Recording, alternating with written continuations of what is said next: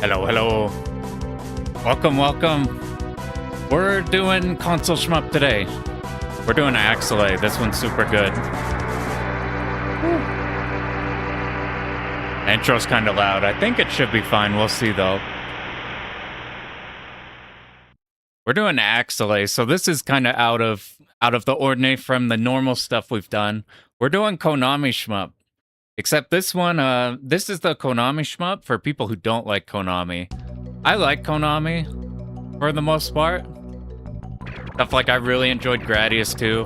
I really like Thundercross. I like the Parodius games. Those games shouldn't feel good, but something about them feels really satisfying to like pop things in. Which I usually... Those types of games with like the way the bombs work, where they aren't like extremely consistent due to the like way Gradius bombs drop or like gaps in between bullets, you would think it wouldn't feel good to be hitting things in though, but somehow it is. I got blindsided by that with Gradius. But the big thing about Konami is Konami has Gradius syndrome. That's the whole term that they coined. That comes from Gradius of dying somewhere, lose all of your power-ups, you're stuck at a checkpoint, and you're just shit out of luck and your credit's over, even though you have like 9 lives or something. So that's the main knock against most people on Konami, but this game doesn't have a lot of those problems, mostly because it's not an arcade game. By not being an arcade game, we could afford to not have that. So the systems they make are way, way nicer, so that's what we're gonna be doing on here. This one, I had like a few hours to just try to learn something. I'm like, fuck it, we'll just learn something fast. Except this game, for some reason, this game is often put in some of the easier horizontal games. Like its console game doesn't have the Gradius syndrome problem. But for some reason, this game has caused me some issues. Not actual real issues to getting the clear, but like the mental issues. I'll talk about those. Let's check out the opening here before we get into it. This game loops. There's like 4 difficulties. You got like from easy to very hard. And I don't think you can select very hard until you loop the hard mode. So you either have to go through the other ones and keep looping to get to the max difficulty, or you play on hard mode and then the second loop is very hard. And the second loop seems kind of nuts. I was thinking of getting that, but we're not gonna do the second loop. This time, instead we're gonna do the normal, and then we're gonna keep it rolling and see how far we could go from that. We basically labbed out the normal mode. It should go fine. I'm thinking like, even if we die like 1 or 2 times a stage, which we really don't want to, this game gives you so many extends. But I think it does the Pro Gear thing, where you're like first loop, you get all of your extends, and then you move on past that. And past the loops, I don't think you get any score extends. You get like so many in like your first go ahead.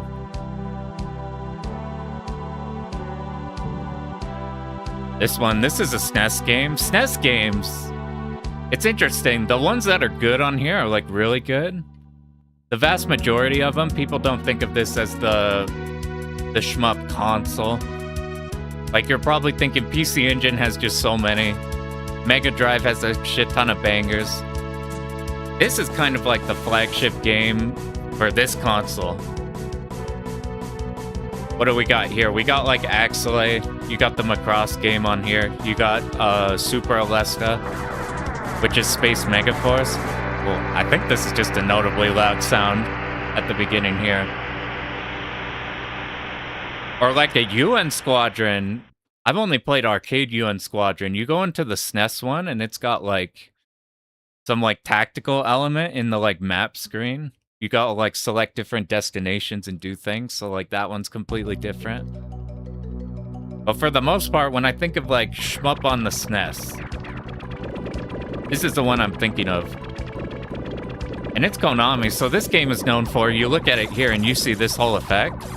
I don't know the specifics on it. Apparently this isn't Mode 7. This is some like hand-coded thing they did. to like get this kind of depth effect going in, which is pretty wild. But this does the whole salamander thing. The stream warping up top, yeah, there's nothing really like it. And it affects how your like weapons work too. You can see how they curve on there. They do that, they'll alternate half screen. So this isn't like super unique for Konami in that they, all the Salamander games, that's their whole gimmick. We got horizontal stage and then they turn vertical and now we're doing a vertical stage. But this type of effect changes the feel of that so much. They still kind of feel salamandery, and despite the cool effect, most of the really good stage design is in the horizontal stages. But the effect is so damn cool. Now you're fine with like worse stages, and I say worse stages, but one of them, the like stage 5 that we'll do, probably the coolest looking stage. Stages in this game are unbelievably cool looking. Like this is a really good cloud stage. Cloud stages are either the best stages in shmups or the worst, and this is a good one. There's the second stage in this game, which is like entering from space into like a space colony and that type of thing. That's my favorite type of aesthetics in a shmup. If you're gonna have space, you need the space colony, and if you can go in and out of it, then it's like extra bonus.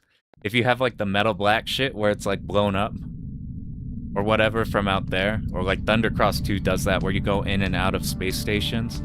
I don't like space station. What I like is it attached to everything else. Like just typical, like I'm not too big on a lot of the Thunder Force endgame backgrounds that are just sci-fi wall and just random shit in there. Like you add like a space colony.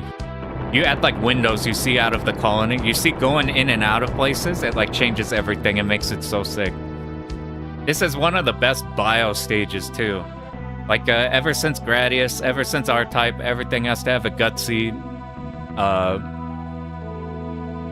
gotta have gutsy alien thing in here. This is one of the coolest ones. It's also the hugest wall in this game. It's a big problem for the 1CC. But it feels good to do, and even though it's a bastard in a cool way. I usually don't like bio stages that much. I don't really like, unless they're extreme. But this one does them super good.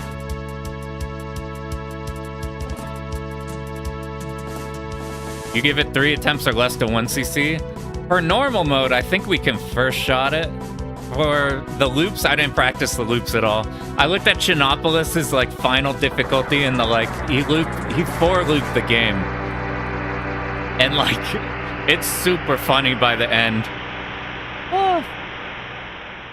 By the way, how's the Mushi grind? I've thought about doing I'm gonna commit to doing a Mushi God, my next cave one. So what up, Gigabyte? Amassing a big library. Yeah, we're doing a bunch of stuff. Didn't know this had loops. How it works is like, you know all these console games, they have your levels and stuff? And you get shit tons of extends in there. The soundtrack, yeah, Konami soundtracks are fucking awesome. So like how this works is you do easy, you beat it, you get all of your extends in that one loop, and then you don't get extends anymore, like Pro Gear. But it pushes you to the next difficulty, and then the next difficulty. Except, whenever you do, there's a very hard that you can only access after looping hard. And, like, these are totally fine. And then very hard is, like, a lot crazier. That's, like, the real second loop. I thought about doing that, but there's a lot of games we want to do. So what we're doing is we're just starting normal, and then we're going to see how far we get. How many loops. You've slowed down. I was playing Ikaruga earlier. I don't know if Ikaruga is slowing down. Dude, I was playing with the Dr. Tan. I got to meet up with Tan, and we were trying to construct a 2-player Ikaruga run where we each just hit one of the colors. Except he actually knows how to play that game, and I don't. I'm like, oh god, oh god. Like, start of stage 2, I'm like, I've never actually chained start of stage 2. I've just, like, survived it or whatever. I was actually, Wes, looking at your under defeat run because I know nothing about G-Rev. Would be sick, to be honest. I think it'd be cool. Oh, speaking of fucking 2-player run, you gotta see us messing around with 2-player Ketsui.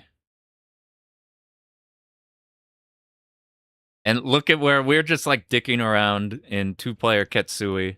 And look at where we ended up off. That'll focus. We almost we fucked it up by a pixel. I died on the final boss. I like figured it would die, and then you had to dodge the last pattern, and then I fucked up the whole figure 8 stuff. I'm like, no. We're thinking like, I wonder what the cave 2 loop stuff is. You can't like loop with 2 players, but you can get into the loop and then put 2 players in. I'm like, I wonder what that would be like. Like, I've never seen a 2-player second loop run before. That wasn't somebody like double playing. But basically, we went through all those Toho games, and then after 12, I'm like, all right, I need to slow down, or else we're gonna consume all of them way too quickly. And 12 was such a hard game to beat compared to all of the other ones combined that I'm like, all right, we got to do some other stuff. And then I sat down to do other stuff, and I'm like, oh shit, I don't have anything planned now. I'm like, I don't have a DDP 2-all that I was working on or anything. So I'm like, what should we do? So we're like, fuck it. I want an easy game and a hard game. So this is our easier game. Is just learning Axelay. And then the hard game, we're gonna try Mushi God. I just settled on doing the route in Mushi God that survived. It's like a 1.5 mil route. Like nothing really score, but still get some satisfaction in score. I just want to see the boss, see the TLB. So that's our goal. That's our goal for our hard game, easy game. Do you like old Contra, but you like Hunt Down? I've never seen Hunt Down. I haven't played any of the Contra likes. Things like Iron forgot its name. Or things like that. We're gonna roll this intro one more time on Axelay, and then we're gonna hop right into this. We're gonna do normal, and then just see how many loops we could do. I was thinking of learning Super Contra. I sat down with the Rondo of Blood for the first time. And that game is so interesting because, like, having not been a Castlevania player, really, that game is, like, half of the time, I feel like that's the best game ever made. And then the other half of the time, I'm like, it's kind of weird. So I'm, like, interested how that game turns out. So, like, we did Contra Hardcore not too long ago. Been wanting to explore those games that I heard were good, but just have never tried. Now, this game, though, for some reason, so everybody says this is like the easy game because no gradius syndrome, we have no checkpoints. If you take a bullet hit, you don't die, you just lose whatever your equipped item is. Yeah, this intro is way louder than the rest. And like, you have to collide with something to die, and then there's no checkpoint, and you get so many extends. But like, so this game's at the top of the alphabet. Why does that matter? So like, every time I've like pre-shmup, I've emulated these games and just like, okay, I downloaded the entire Super Nintendo library, and then everybody will have the like, oh, top 50 Super Nintendo games. Somewhere on there's Axelay. And Axelay's at the top of the menu, so you scroll down and you instantly run into Axelay. And every time I had tried this game, get completely walled by stage 1, never got to stage 2. And when I was younger, like in like 3rd to 5th grade, I had a friend who had a Super Nintendo with shit like ActRaiser 2. He had shit like ActRaiser 2, which is like, God, when is that could go away? That is so much louder than when it is in game. He had shit like ActRaiser 2, which is a fucking crazy hard platformer, and like things like that. So the SNES has been like a wall for me in difficulty wise, even though it's like not even remotely close to the stuff we are doing on the norm now. So like, I'd never get past stage 1 in this, and then when I went back to learn it, it feels a bit weird. You have to like kind of figure out the vertical stages. You kind of just need to know gradius. Like, if you know gradius, you have such a wide play area vertically, or in this game horizontally, and just like you easily run into stuff if you just hold hard to a side. So, like, it's easy to ram yourself and die in this game. So, like, for the longest time, I'm like, I felt like this is, like, the console game that's walled me. And now I go back and learn it, it's like, it's fine. It's super fine. But for the longest time, in my head, this was like a magical hard game that maybe one day we could do. And it's not, but... What's interesting, by the way, this game is a super dark game because it starts at low brightness. For stream, the lower we set this, it's probably going to look worse on stream. I don't see a disadvantage to high brightness. And the way these bullets are is they're bastard bullets. So Konami hasn't figured out how to do bullets yet. Fucking every bullet is a blue alternating orange bullet. And by default brightness, that shit is so dark. What up, caffeine? That shit is so dark. So, like, you pop this up, and it's still, like, it doesn't feel like it's blowing out the colors. I'm like, the blues are blue, the purples are purple, the reds are red. So I'm like, I'm not sure why this is so low by default, but you look at every replay of this game, and it's freaking dark. And it does look cool. It does add a vibe, like Stage 2 looks cooler with smaller brightness, but I'm like, for stream and video, and just in general, seeing bullets, we do that. This game loops. As soon as you beat one, it pushes you to the next difficulty, and then there's a hidden one if you loop the end. Trigger speed. This game lets you set auto-fire rate. It lets you set auto-fire rate in here. It defaults to this. I have not... I've messed around a little bit. I did a run of, like, full trigger speed and normal trigger speed to see if, like, does this jump rank? Is there any penalty for trigger speed? If you play a Tola-playing game, you're playing like Flying Shark, where you have very few bullets that can exist on screen at once, then you don't want the fastest possible 30 hertz auto fire, because like you'll blow your whole load, and then you have nothing to like cover you. You'll have enemies sweeping in from both sides, and you'll just like shoot one big burst and then nothing for a while. But this game, all of the shot types, at least we're using, nothing is detrimental by having super fast auto fire. And I'm like, I don't know if you're supposed to just do default settings or what. You just got a copy of this. This would be a cool one to own. If there's like a SNES shmup I would want to own, it would be this one.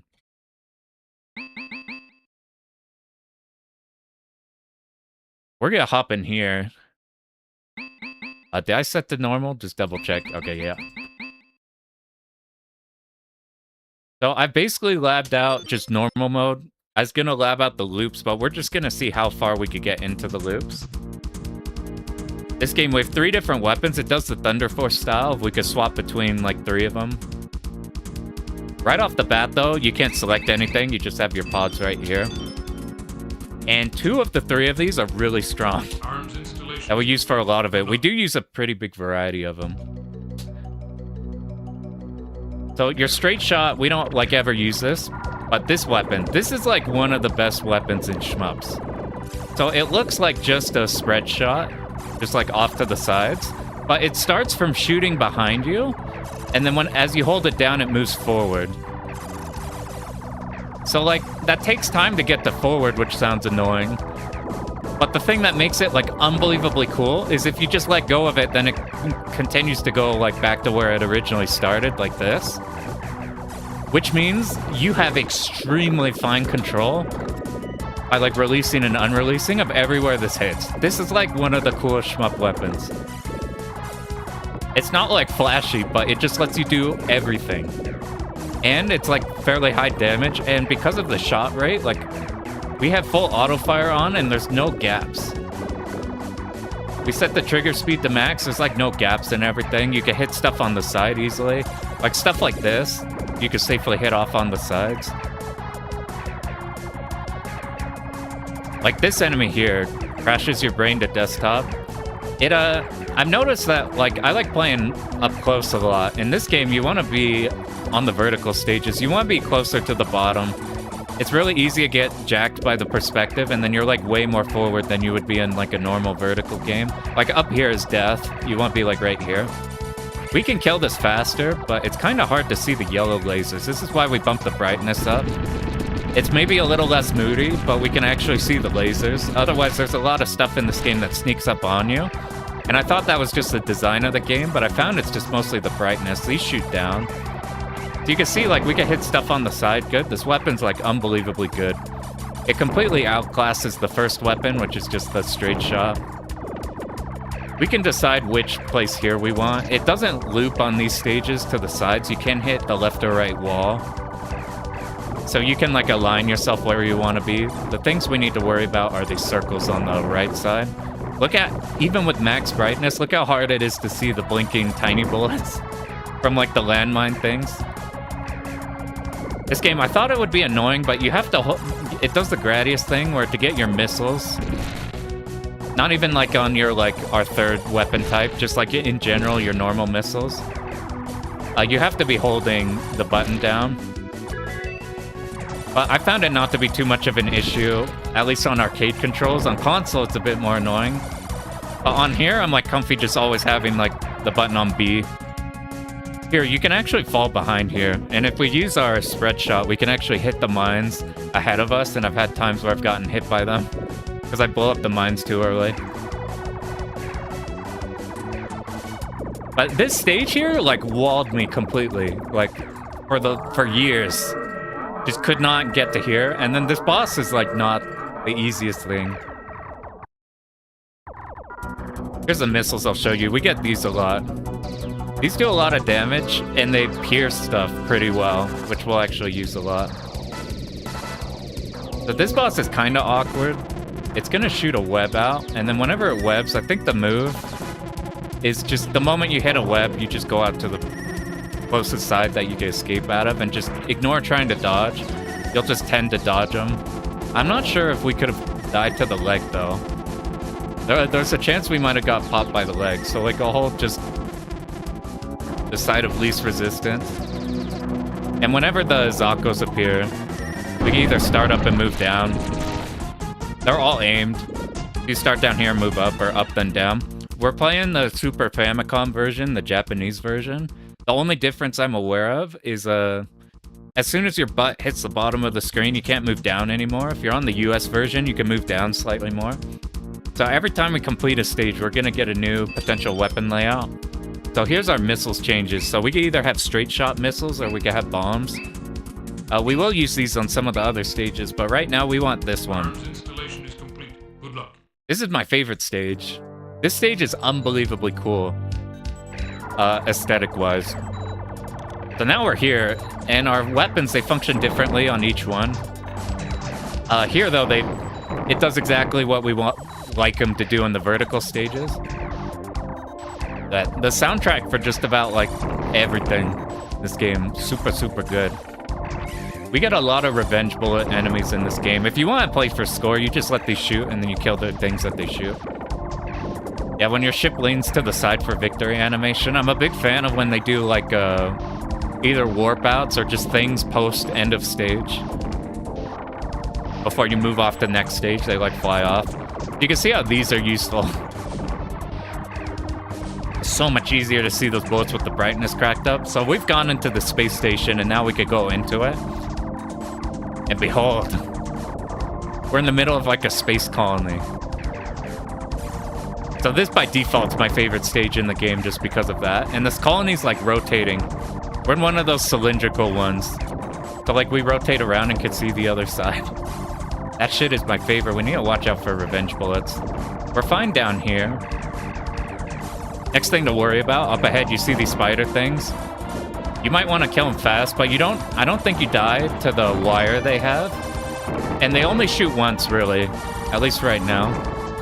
You can also point blank with this shot. This time we're going up, though.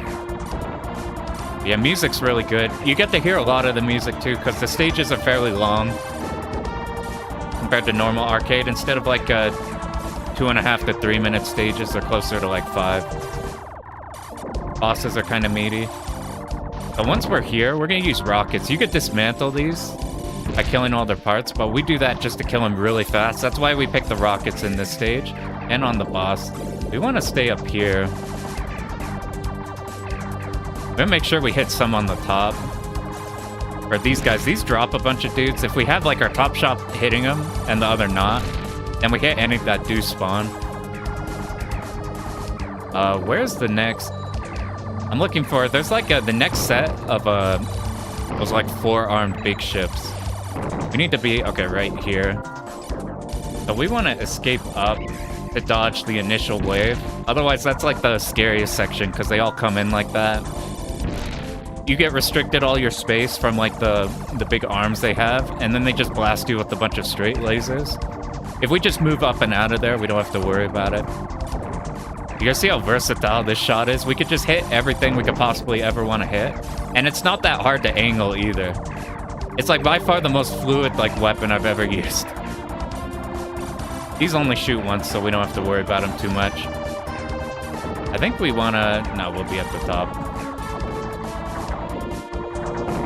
There's some, yeah, up here. Those guys at the top will like expand. If we just are aimed up at the top right away, it's good. Cool game for cool console. Yeah, when I think of this is like the Super Nintendo shmup for me. This is like immediately the game that comes to mind. So as we destroy these supports, these are gonna drop on us. We don't need to think about it though. Pretty much our move speed's good enough. It falls really slowly. You don't have to like delay these and wait last second. And if you do, it might be harder to kill the enemies.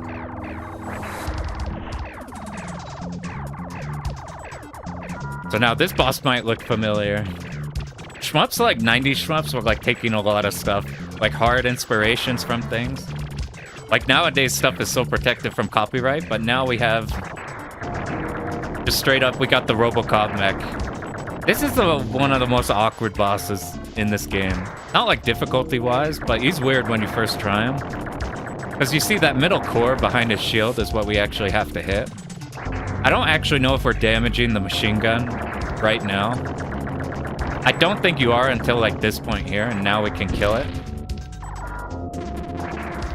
Whenever he's back here, we're just gonna shoot him from behind, and anytime there's no bullets, we want to swap over. We're waiting for a laser. There's like an aimed laser that can happen. Okay, since he's moving forward and there's no bullets out, we take the time to go over here. Otherwise, it's kind of awkward. You don't have too much space up top. Like, no bullets are out. We're safe to go here. And then because of the explosion piercing on this, let's get back over. We haven't seen him do his aim laser yet. Some of the bosses, like, rotate out stuff a bunch. I don't know if this is more damage than just being below the boss and using this shot. This dodge, this is a fine dodge. I should have probably escaped downwards. Because it takes a while for the laser to go out. So I had to make a risky dodge there, but it's fine. Oh yeah, R-Type 3 is also a great, like, SNES shmup. I forgot about that one. I don't know how I did that. Most aesthetic shmup on the console? Yeah. I would agree with that. You gotta get the 3 all before you catch up with your run on hardware. I was thinking of labbing the 3 loop. Arms installation is complete. I summoned myself into the wrong missile, but both the missiles function similarly.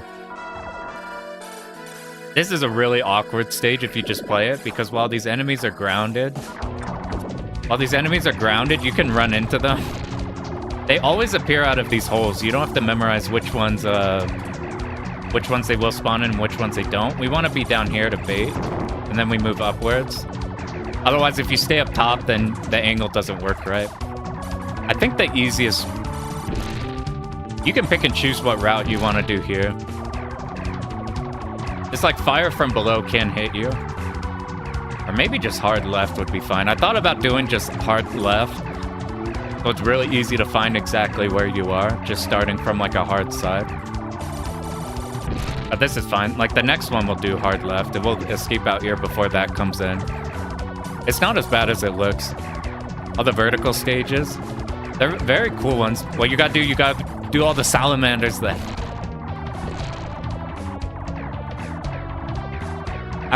It's interesting they never did more with this style. These things don't shoot, but they can ram you. Or just for points. I forgot the exact strat here, so we're gonna pray a little bit. Oh, not yet. We want to be on the top left. Okay, this enemy here. Wherever you position the screen is important. We want to be in the middle, so I forgot how to do this, so we're gonna see what happens.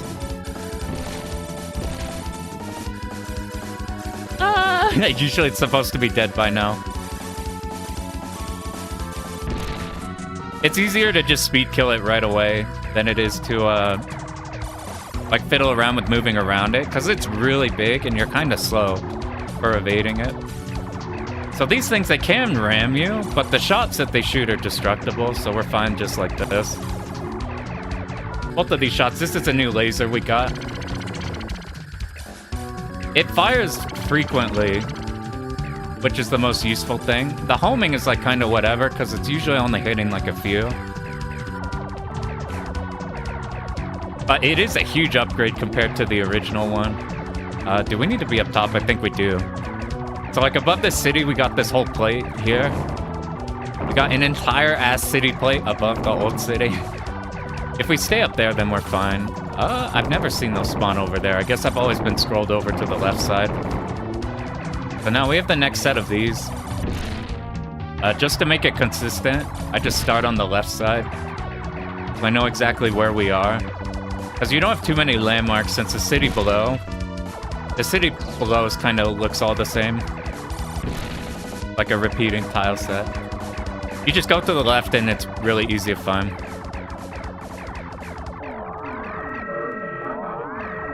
And we're here already.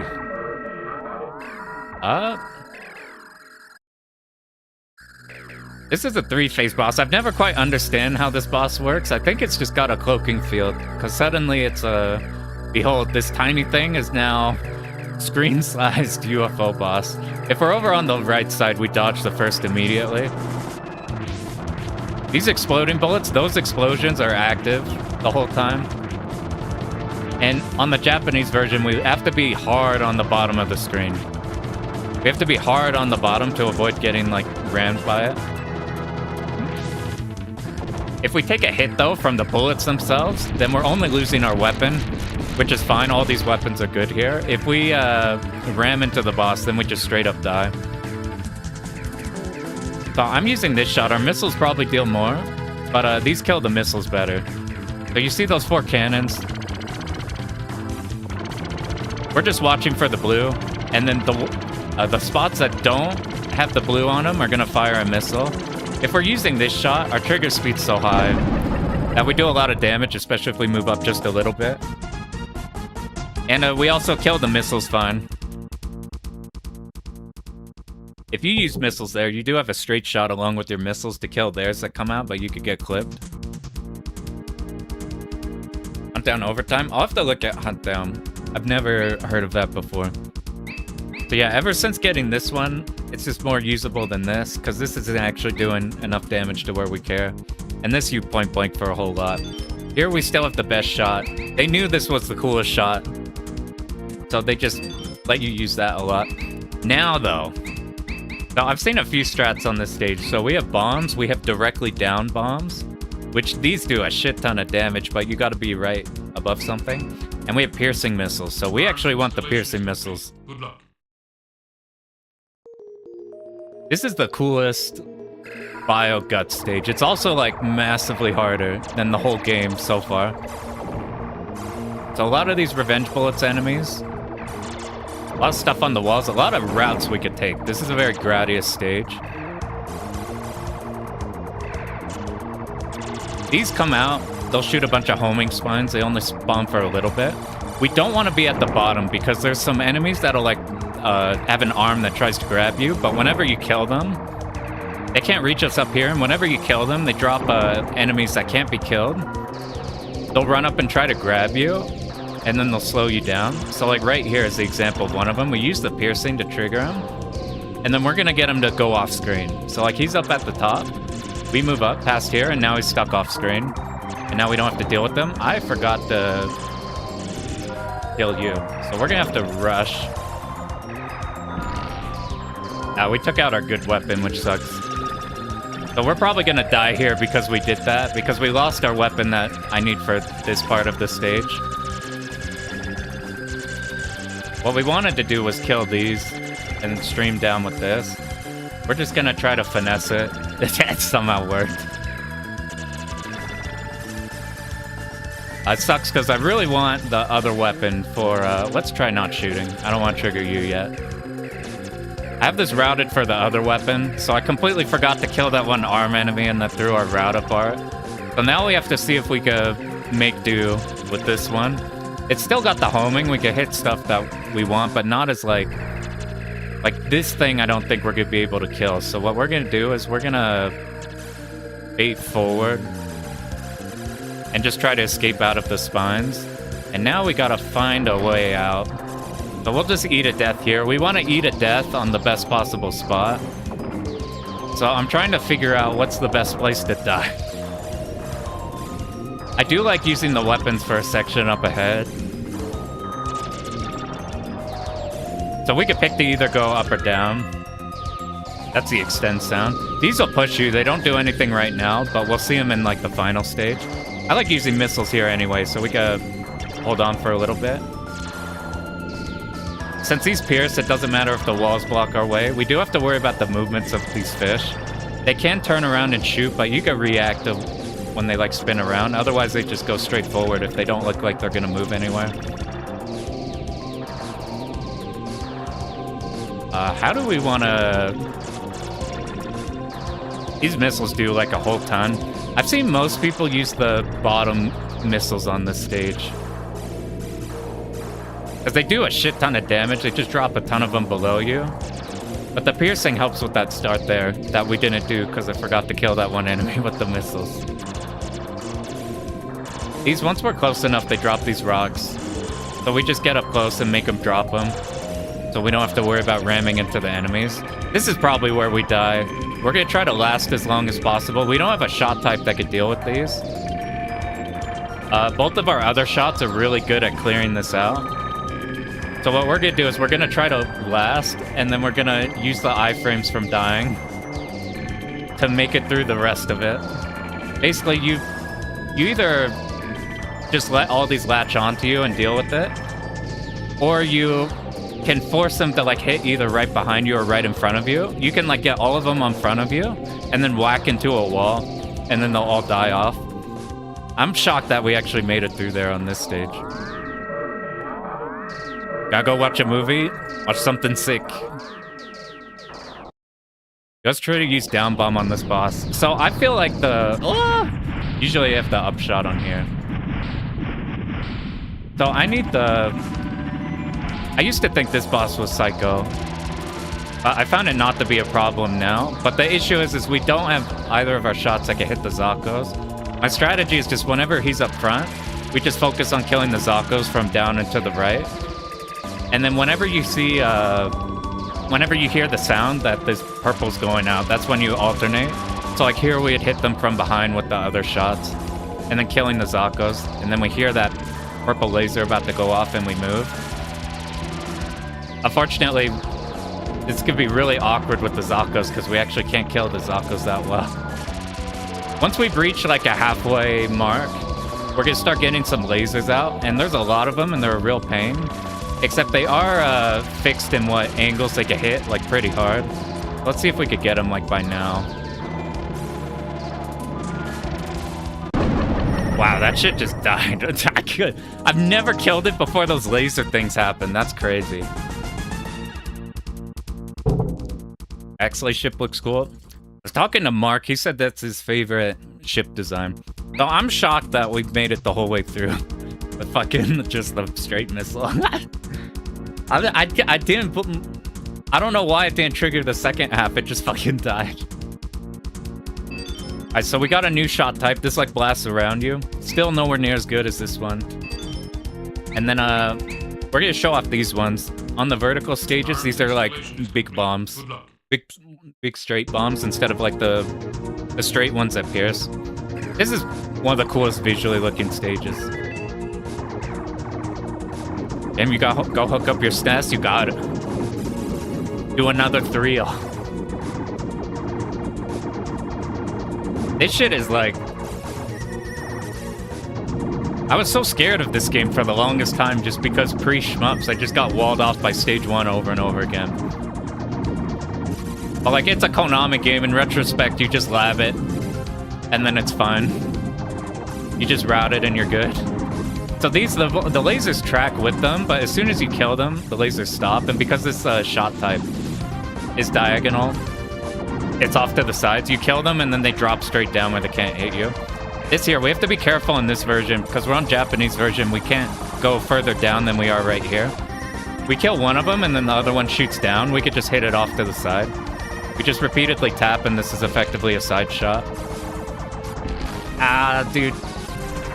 I've never actually seen those enemies shoot before. I'm usually killing them. So let's see if this should be fine though. What's nice about this loadout is anywhere we want to use on these vertical stages, that double shot that we just lost, pretty much this one can function in a similar way. Every single one of... So these dragons die pretty fast, especially once they get up to you. Our trigger speed's too high. These we want to be right here, because these can, like, ram into you fairly easily. Every single one of those pods that opens up, it doesn't matter... I guess that one right there is the only one I've seen that'll not go. There's enemies up here. I don't know how to hit them with this shot. We'll just be off on the side tapping left. So like you see this one, all of these are gonna open up. They're kind of like, it's like these compile opening things. They will consistently do that. Let's, could be weird. Okay.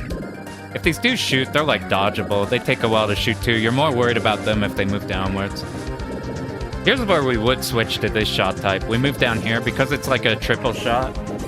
And the way the stage angles forward, you hit everything we want to here. All the meteors on the sides die, all the enemies die, and they have destructible shots, so they die forward anyway. And if we're at the very bottom of the screen, we don't risk them like jumping up and then ramming us. Here we have some fire. Here's how you know it's a Konami game. Except if we're bottom left, we're fine.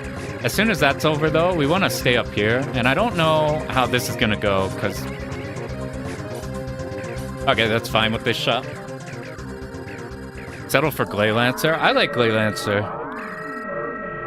That game visually is super cool.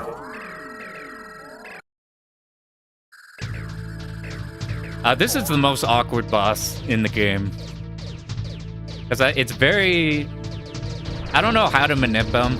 I don't know if you can. I think you just roll with what you got. Basically, we would much rather not be hit by the hands. We always want to be hit by a bullet. Ah! We always want to be hit by a bullet if we have a choice. Because the hands will just one-shot you. And they're fairly random. I've had like both of them go off at once. We sacked ourselves there. We should have been on the left side. At some point, you should cover his hands. We're just gonna go over here. These meteors you can't kill like the ones from before, which cause problems. We're getting stuck off to the side, which I don't like.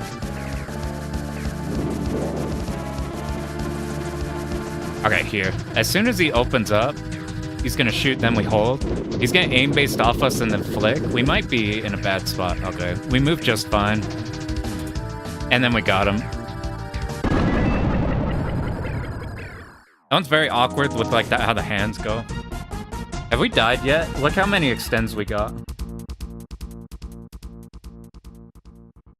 So we're on the final stage now. So we got a new weapon. This one's really good. It's tailor-made for this stage. Yeah, that's probably the coolest looking boss in this game. And we never get a third slot here because they knew that this was the coolest shot that they made. So I was experimenting with dropping the bombs on this stage, but there's some spots for this that make the end part of it way easier. Arms installation is complete. Good luck. This is a really long stage. It's got a lot of parts to it. So right off we have this, and see if I don't move at all, you see I'm kind of moving down. So we have to make sure to be tapping up. We want to kill these because you kill the two control towers and the entire thing dies. That's important because these linger, even after we've passed this one, they're gonna linger into the next one. So like this guy here happens, and there'll be one coming down from like up top. And the one from up top is gonna be one that we've killed previously. So like this one, we kill it here, and now that one's gonna appear later. And because we've killed the 2 towers, it's not going to drop any bombs from below. You see this? If we didn't kill the 2 towers, then all of those turrets from behind that other one would have come to hit us. The real dangerous thing is just that blue laser on the bottom.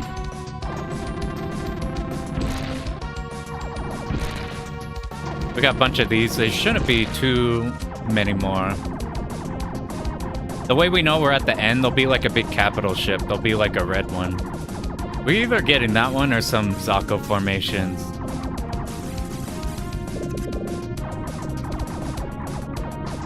Are we getting the full ones? Okay, now we have like the capital ship. It's the same as all the other ones.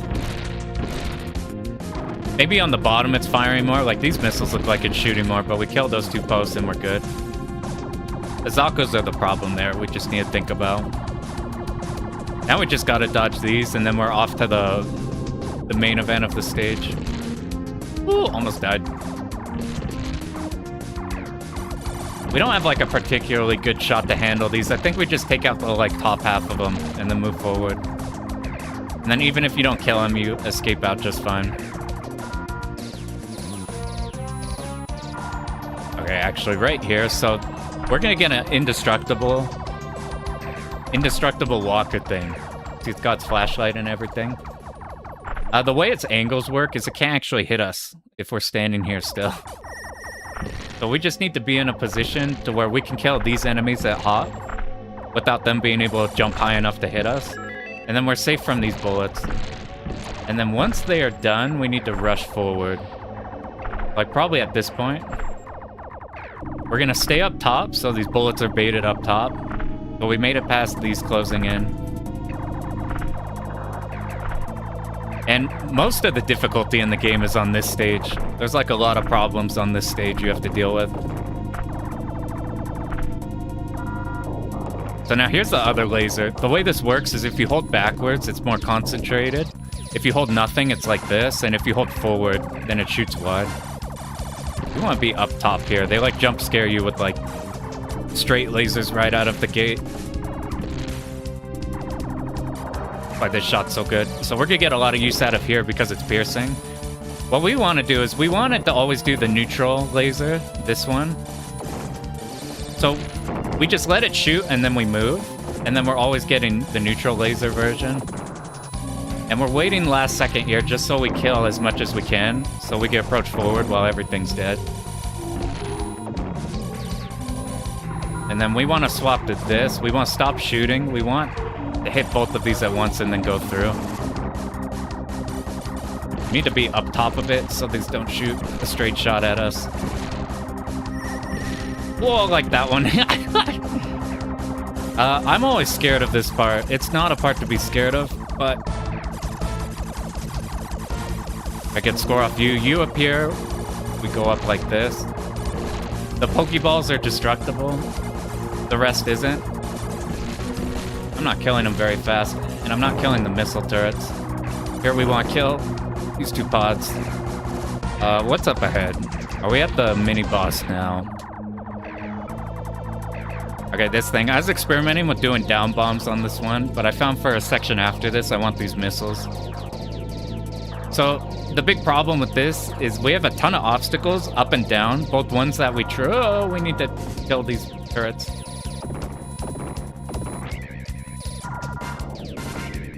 Alright, we want to kill these. These are the big problem because of piercing and they cause issues. Every time, look at the ceiling. The ceilings are the problems on this stage. Because whenever they break out and we gotta like hold the space, it drags you. And then these white turrets on the bottom, as soon as you cross them, they fire off.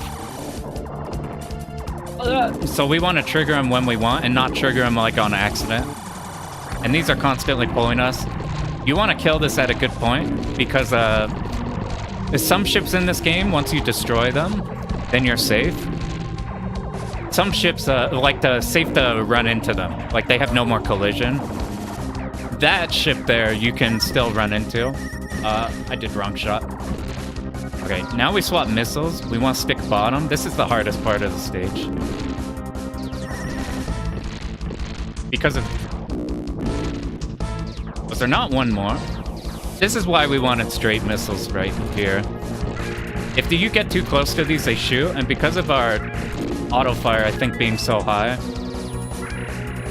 because of our auto fire being so high, I think it causes flicker. It might do that on normal auto fire, but we get flicker there. It's hard to see the bullets. We don't actually need missiles for the final boss, so I'm fine with just eating a tag there. Now we're on the final boss. A lot of console games, or just like horror games in general, really like the big base boss. I guess it's in vertical games too. Like Raiden Fighters really likes the base final bosses. Anyway, how are you guys doing?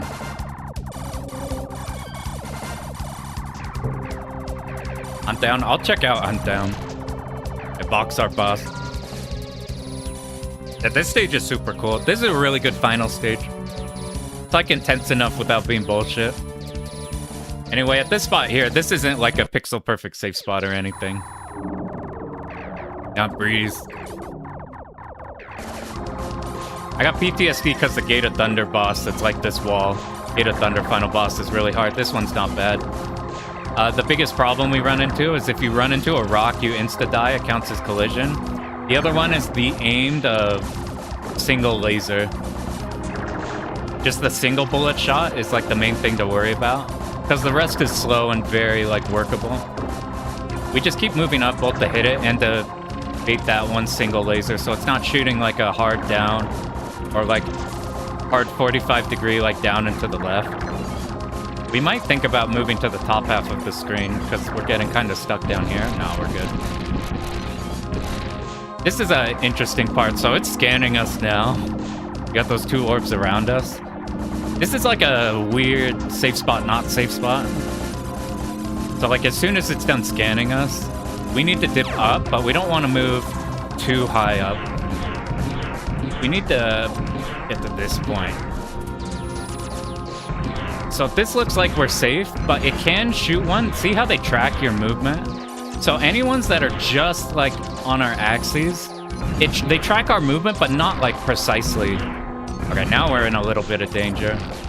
So we're probably gonna die here. Oh man, the no miss of the first loop revolves around doing this shit with no weapon. This shit's gonna take so long. Unfortunately, that last phase I got stuck in a... It's cool, like it does the victory music. But then it warps to here. We got one final phase and it's like pure aim dodging.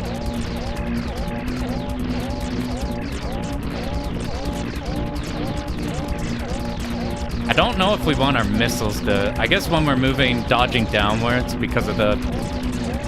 That's our best chance to get the missiles to hit.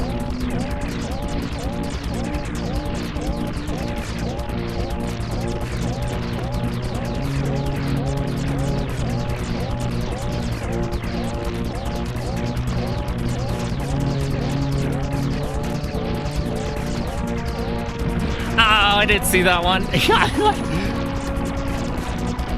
Oh, like I had literally no idea that one was there. All right. And now it's gonna die pretty fast. Now, look, how many lives do we got? We have like 9 for the rest.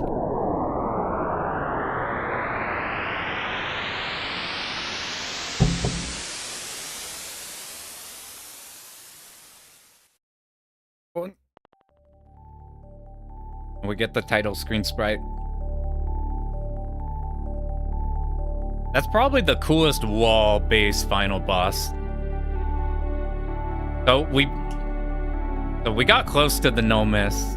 We got close to the no miss. Yeah, the glitch on the boss is pretty cool. We got close to the no miss of normal, but now this is a looping game, and I haven't labbed hard or very hard at all. So we're gonna see how long we could get through there. We don't get any more lives, but we have like 9 lives. So we're gonna see how this route goes. It's a 4-all if you start on easy, yeah. It'll be a 2-all starting from hard, a 3-all starting from normal, a 4-all starting from easy. I wonder if it's easier or harder to build extends in the first loop if you play on easy.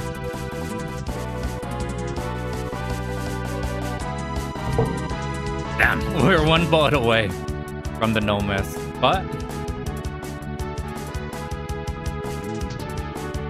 After this, so hard looked more of the same. We'll have to see if the bullets are faster or if there's any more of them. If they're just faster, it'll be fine.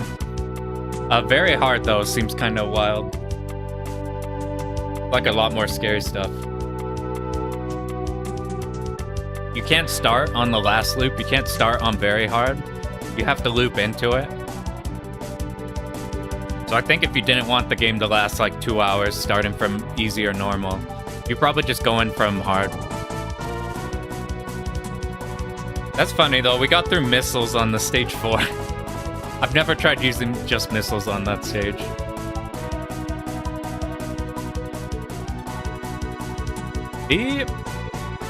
It's interesting, this game I've always thought was super hard for some reason. But then you go into here and like, you have so much leeway since eating a bullet, you're just losing your current weapon. Ramming into something, you're just straight up dying. We didn't end up running into anything. That's the primary thing you have to worry about in this game. The bullets aren't too bad. I've thought about if you're really good, you probably just weapon switch when you know you're about to get hit by a bullet and dump a weapon that's not your like B spread shot.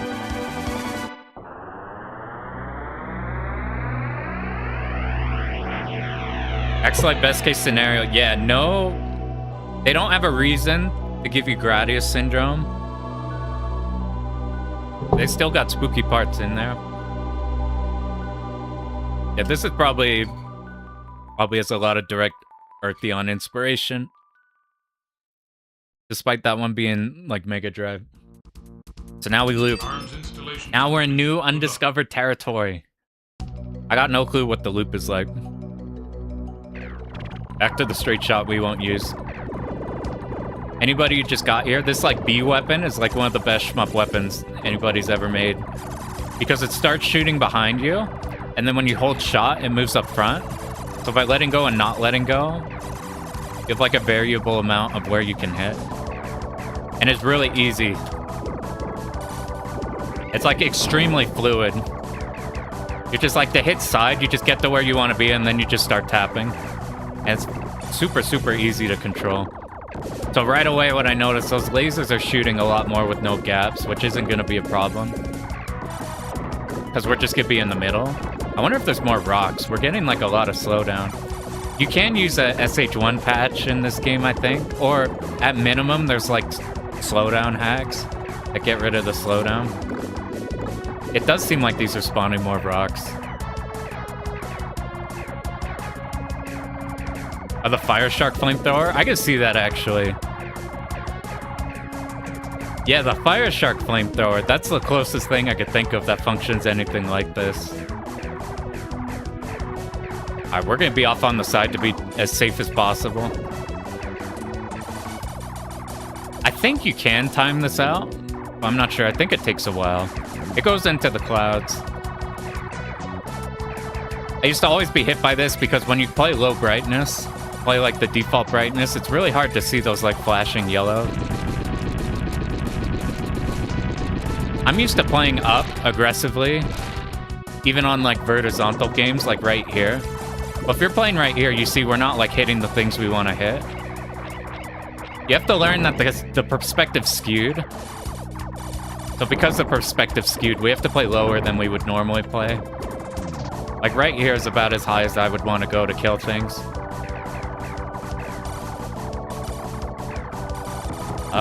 I'm mostly worried about the mines. What do the mines change? Maybe these left enemies will shoot faster. They do shoot 2 now. We are getting a lot of slowdown. Those mines, dude, the gap in there was a lot tighter than before. So I suspect in this, the routing's gonna be the same. Yeah, isn't it in like Fire Shark, if you wanted to keep shooting straight, you like keep resetting it? Or if you want to hit everything... Or if you want to keep hitting everything, you just hold it down, you know, like sway down or something. Fire Shark's one of the more interesting, like, late Toa Plan ones I'd be interested in. Not the Same Same. We'll take the advantage to go into here. Not Same Same, but, just Fire Shark version, but that shit's like 40 minutes long. Go chip hack. There's like a... Whoa! I got hit by something. I wasn't even looking. Straight shot works good on here. Alright, let's see what's a problem on this boss. I suspect the Zakos are going to be a problem, or the... Maybe the web will be an issue. Like, I'm gonna... Yeah, the web shoots 3, so we're just gonna... Let's bait you guys up. Hope you don't move down. Let's just move off to the side, be safe. Ah, they shot off screen. They came back on screen. Ah! He moves around a lot. Let's just make sure we always bait him. I'll have to look and see how you deal with that, because he kind of gets stuck. I'm using this shot because this shot is fine to be expendable. I guess you just want to be... Maybe before the web shoots, you just be on the opposite side of the boss before the web even happens. So you don't get checkmated or something. Arms installation is complete. Good luck. We especially want the missiles on this one to kill the big enemies. Alright, let's find out what's new here. These are probably just gonna die the same. I don't think they shoot bullets, they just shoot off their side missiles. So I don't know what they could add in the higher difficulty.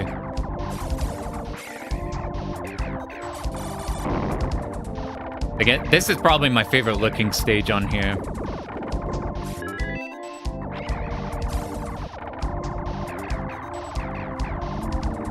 Now we enter the colony, this is why this shot's so good.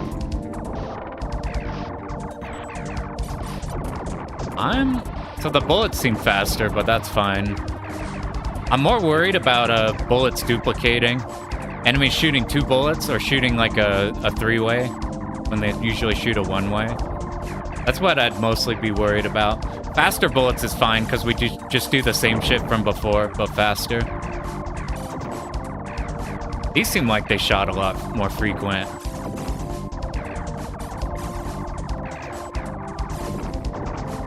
Yeah, with these turrets, it seems like frequency's what's going on. We'll see, do these shoot once or twice? Let's see, you shoot once. They still are only shooting once. We're gonna be up here to kill the turrets.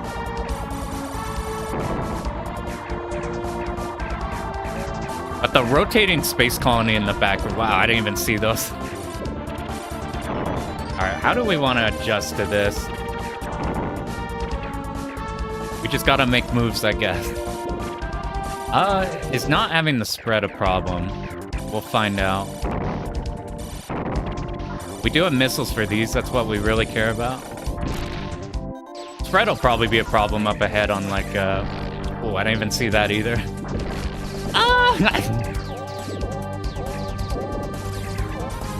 We need to just assume everything's gonna shoot a straight shot.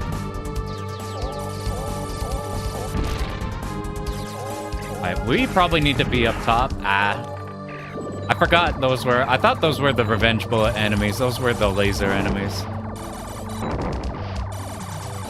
Alright, we need you guys right away. As soon as you pop in, we go up. Oh, I think we got hit by a bullet. This is why we have the brightness up. I can't see the bullets even on max brightness. Oh. It was fine in the first loop, because what you would do is like... this is why like Battle Garaga bullets don't bother me. It's like by the time you're in a position to like beat Garaga, you like know where all the shit's coming from. There's like not surprise bullets. Since we're doing this blind, we need to be way more careful with our position relative to the enemies. Because we keep getting blindsided.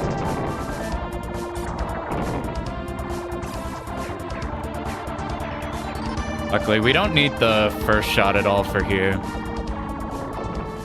I wonder if these blocks drop faster.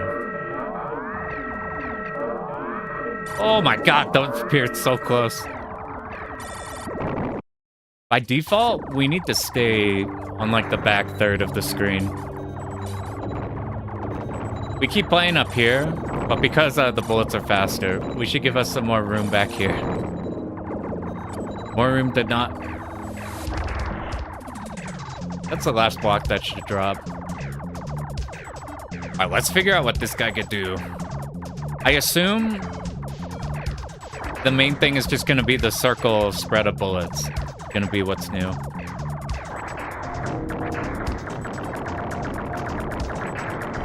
So I think maybe we do use missiles here. We kill this turret up here, and then we have a lot more room if he starts doing lasers to move, like, start from down and move up, or up and then down. I don't think this is actually vulnerable till the screen freezes. Alright, let's, okay, we baited those all down there.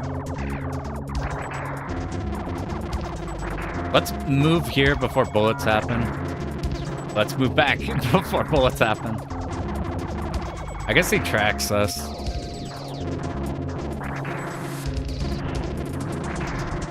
Let's move. I don't want to be in the process of being on the top of the screen when these bullets come out, because the bullets are going to be faster. Alright, let's just... I need it to move downwards. Anytime that happens, you don't want to move back, because the way it's aiming is you don't have any room to dodge those. That's on, like, normal mode, too. The laser's, like, moving up, so you want to move up, but you have to... It's counterintuitive. You want to move against it, like that. Wow, the slowdowns kick it in there. So, like, if it shoots another one going up and we're also up top, we still probably just want to be moving down.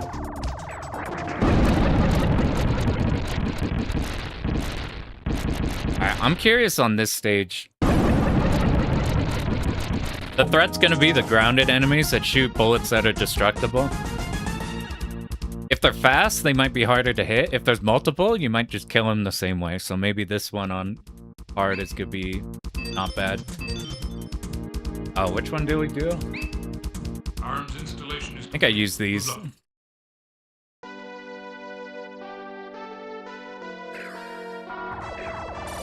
Alright, let's see what you guys do. Oh, there's that one from behind. The missiles are what I most want dead, though. So, in normal mode, we're just fine up here. I need you guys to shoot so I can see. Oh, I don't know how these are gonna be. Okay, they're just faster. We bait them the same way. If you just stay at the top left, then they'll be baited in a bad way. They'll all go straight to the top left with you. You have to bait them in the arc like that. I wonder if this mode affects how... If these, if the buildings will shoot us more. Or more frequently. Or in different places that we're not expecting. Right now, it's just the same route worked out. Ooh, I don't know if our speed kill shit works for this one.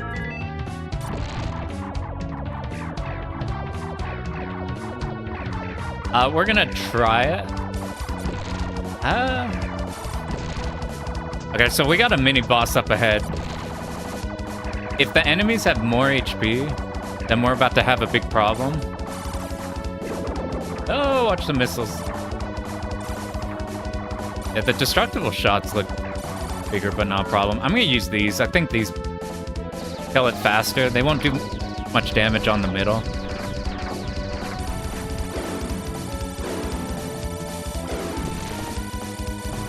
Okay, that was fine. That's probably what we should have done before instead of going full with this shot.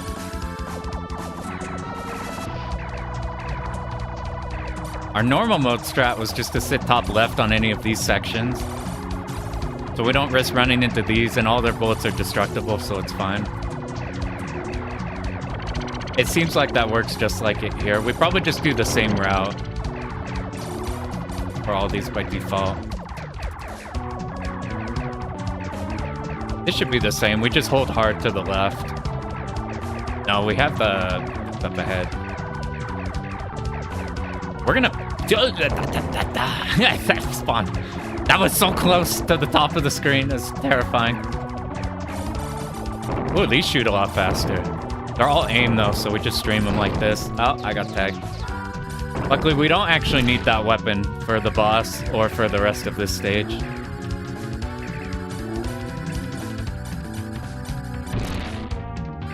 It would help in killing these faster, but it's whatever.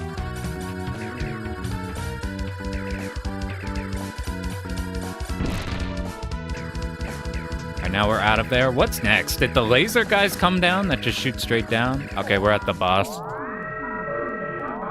We're just planning on using this laser shot here anyway.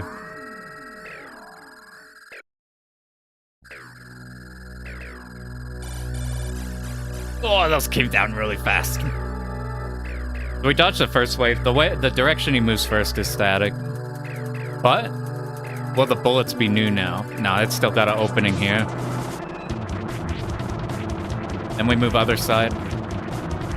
We camp out here at the very bottom. Oh, I can hit you down there? That's fucked up.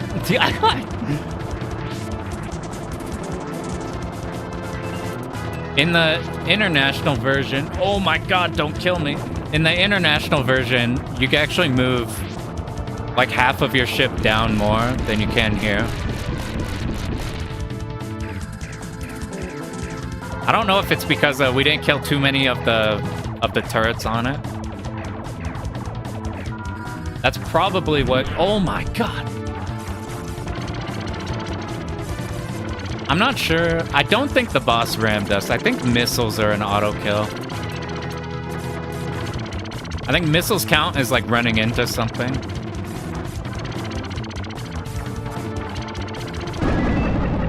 Oh god, that was like 2 deaths. I thought I labbed out that holding down would make you fine there, but I did a lot of labbing on the US version. Oh, where are we? We're at stage 4. This is the one I'm super curious about, how this one changes. We'll probably get the same amount of revenge bullets. The turrets probably shoot, these probably shoot faster. Yeah, it's still singular revenge bullet. So we handle them the same way.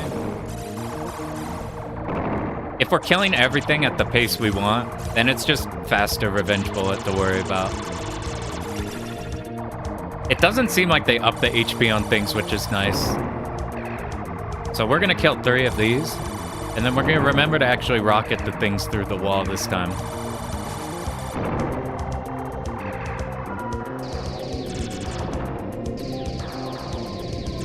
But this one, because of the piercing, we can hit this one. It leaves behind that glob that slows you down, but we can spawn him off screen if we do this. And then move forward. He doesn't have time to chase us. Oh, I didn't kill the one up top. Okay, that's fine. We'll just eat all these.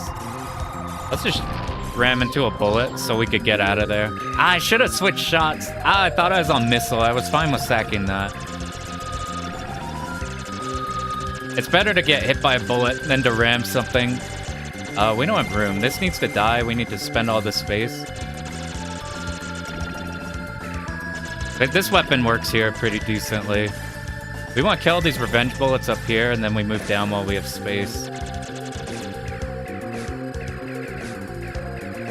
We're going to sit up top. These track you for a little bit, and then they stop. So we don't have to make sure to kill all those splinters.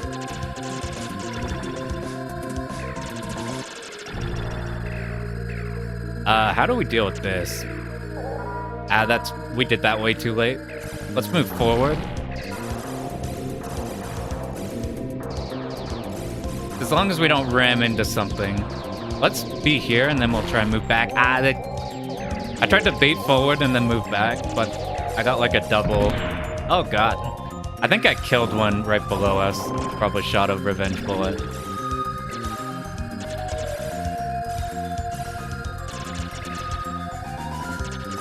Let's be on the bottom.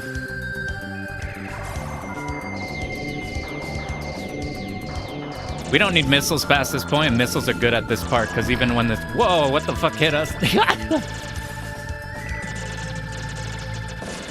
This needs to die so we can move. I don't have the damage output, too. Okay, that's good. We probably should just been leaning one side like that and watching for when they turn around. Are we getting extends in the loop? Like, how many lives do we have? Do we have 9?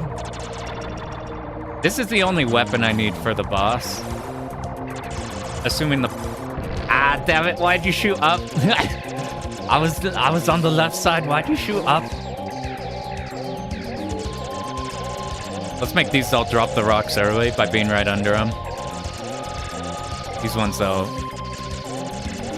What do? Do they just go off to the left? Alright, now we really can't get through this section, so now we need to die. We're gonna last as long as we can, and then we're gonna iframe through the rest of this.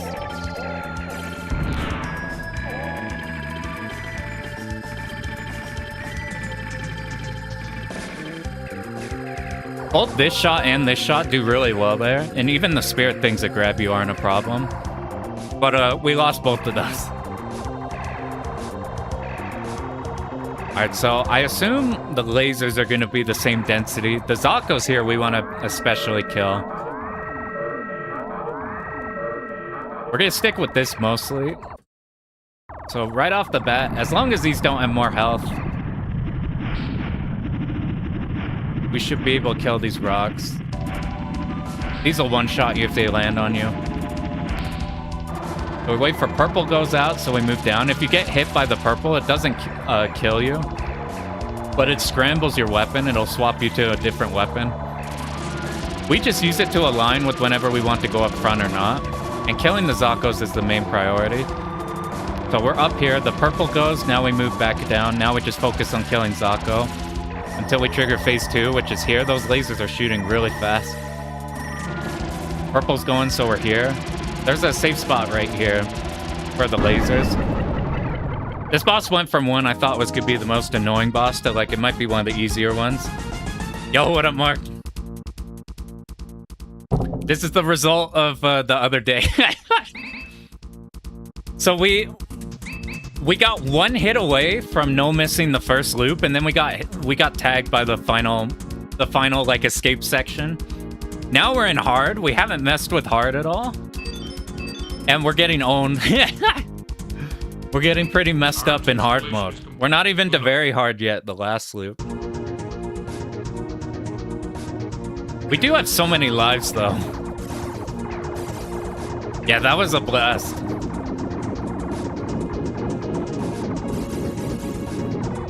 I was showing the screenshot of how close Ketsui was on that one run where it was like a pixel. Like a pixel off the final attack. Or like, ah.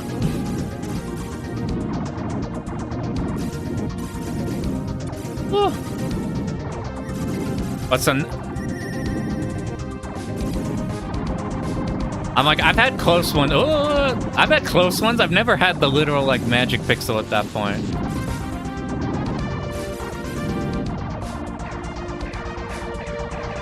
But now we're trying to... Ooh, these move kind of fast. Let's try not to get rammed. We want to kill this before it starts shooting, because it'll shoot like lasers straight down. Once it happen, we're good here. This is the... The lava effect here is probably my favorite part on this game. I bet. Woo. These are going out really fast. Let's just be in a spot where we can't get touched by them. Oh, doing the ship blind is scary. Those like approach out way faster. You got a 1CC and silver gun at like end of timer? That's sick. Doesn't silver gun do the Toho thing? Like timing out shit is really hard. Timing out shit's fucking terrifying in silver gun, right?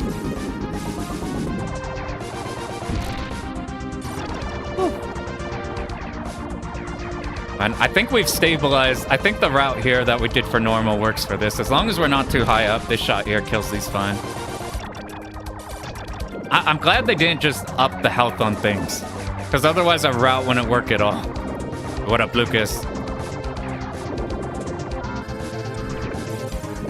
Yeah, the final...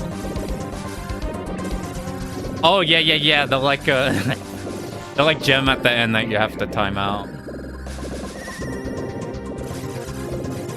My first run of Silver Gun, because in the Steam port, or just I guess most of the ports, you can't practice the final boss. I lost my first run to the end there because I'm like, the end boss doesn't look fine. I won't need to practice him at all. And then I got a run to there and like died twice in that final timer gauntlet. I'm like, okay. Now we can do it. How's Axelay? This is super good. This is like, I consider this the Super Nintendo shmup.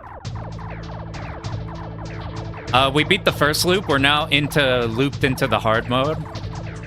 That stupid gem. At least it's not the Ikaruga gem.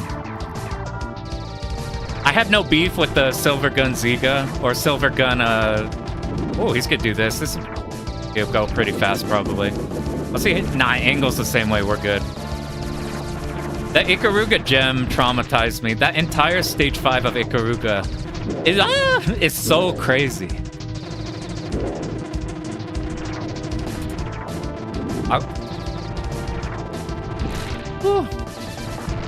Oh, we almost made it out of there. It's fine, though. It's fine eating these meteors. They don't count as a collision, so we won't pop. All 3 of these weapons work good on this boss, so just as long as we don't get tagged by a hand once, then we won't lose our whole life. We're worried about this left hand. Okay, it's down. Big SNES shmup as well. I think it's probably mine, too. Every single track in this one is good. There's, like, not a bad one. It's got my favorite gut stage track, too. Like, as cool as, like, R-Type 1... As cool as, like, R-Type 1, the stage 5 or 6 gut stage, like, all creepy and Geiger, the bio stage in this is super good. Boss is kind of unfinished. It feels like they just put all the focus in, like, making them visually. And then they're like, what do we do with them? Just make the hands kind of randomly smack them.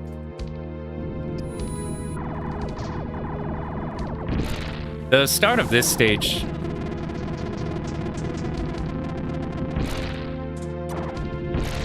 We're talking about that, actually, the Axelay ship logo.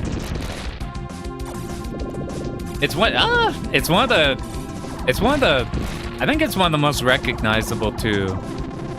Like, not in notoriety, but just like the silhouette of the Axelay ship. You're not, oh, I didn't kill that. We need to kill this one. And then we need to not get lasered. And then we move up and we need to make up time. Oh, that's not good. Maybe missiles are best here. So you can kill the 2 control towers that stop it so when the ship appears on top of another one. Killing the 2 towers makes it so when it appears later, it's not going to have any of its turrets remaining. We're going to have to dodge some missiles. We'll just move forward to back.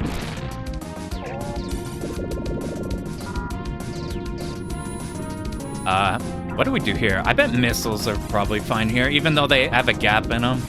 They probably clean out a line enough that we can escape out whatever side that we kill.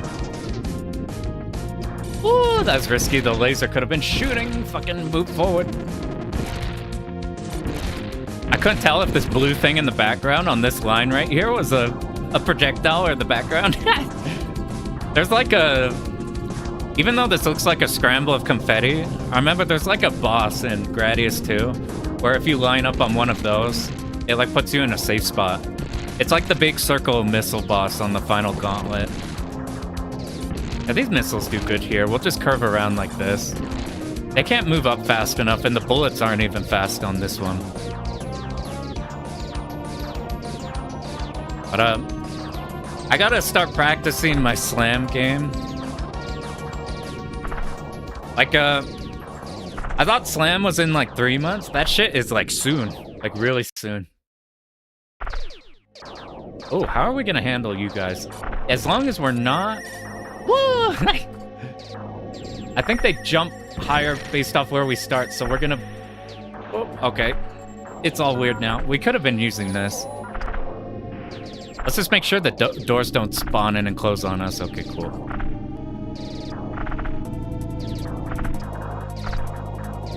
Woo! I think there's...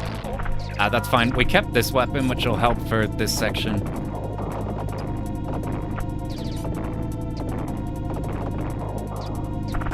I do like, this is the only weapon you can use on this stage, and they make it like really usable here, except we're probably gonna Oh, we don't have missiles. I was gonna use missiles to kill these quickly. This should be fine though. If we hold back, it'll be concentrated.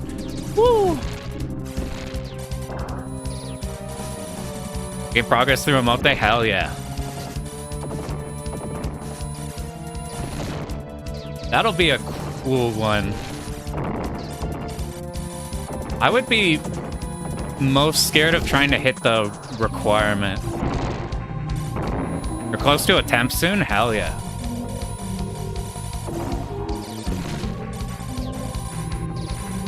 Are you thinking of running? Are you thinking of running streaming attempts or just like running them?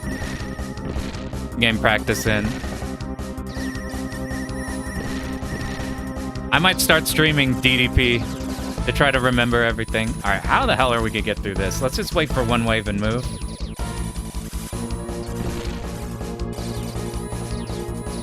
I need to start practice.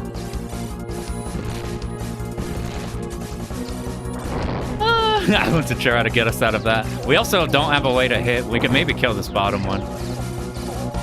Wow, that was... We'll murder you live. Just stream some? That would be super fun. I would be most terrified of the first loop. Like making the requirement in a live run. I'm lucky that Dodonpachi has like a super generous first loop.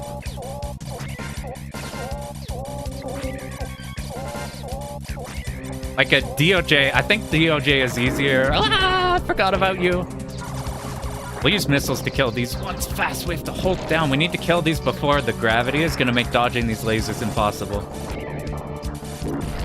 I thought there's a gravity.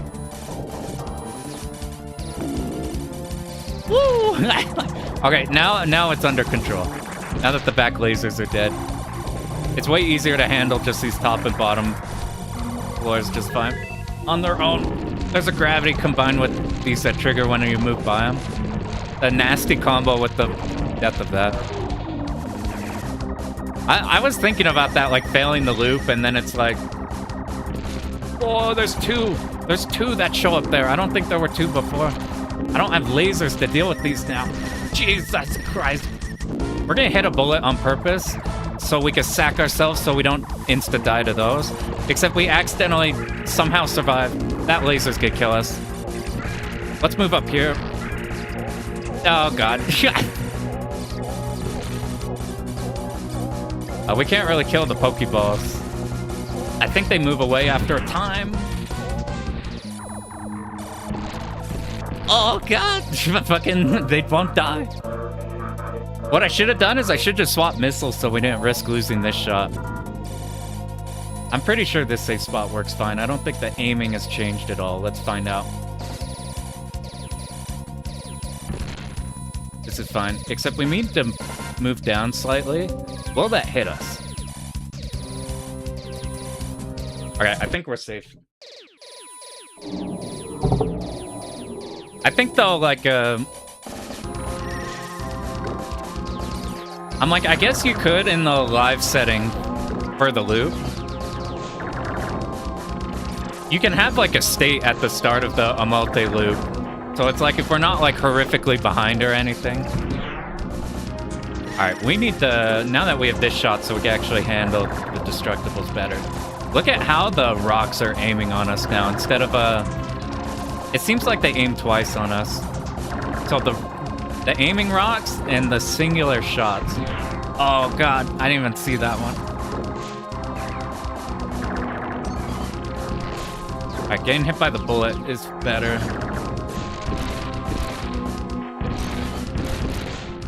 I think just set up a save state. Yeah, that would be...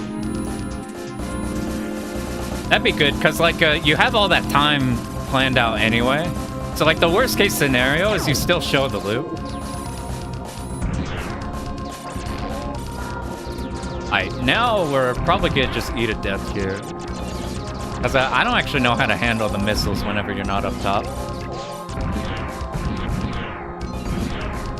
Once we're up here though, we can react to if one spawns higher, and then we can move up like that.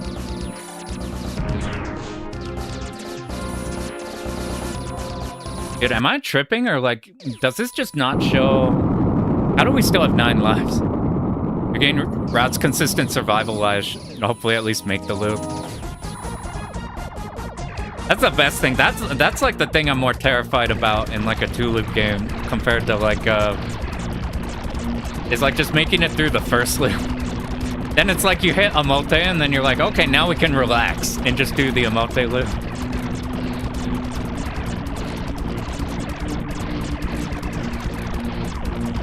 I think having the state there's a good idea for like a fallback.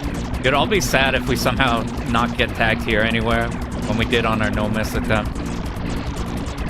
So I'll try to catch up with chat. Once this shit dies, we'll have a minute with the credits. So I'm worried about the lives. Is this like a Maho, the bomb counter, where it shows 9 bombs as its maximum it can hold, but it's not actually the maximum you can hold? I should swap the missile there. Oh, these do shoot faster. Okay, it's down. It does like power up at the end. On the schedule likely to fail? Now you gotta put guaranteed to loop. Well, thanks for GG. Except it's not over yet. Now we're on very hard, which is terrifying me because I thought hard would be super brain dead, just doing the same route.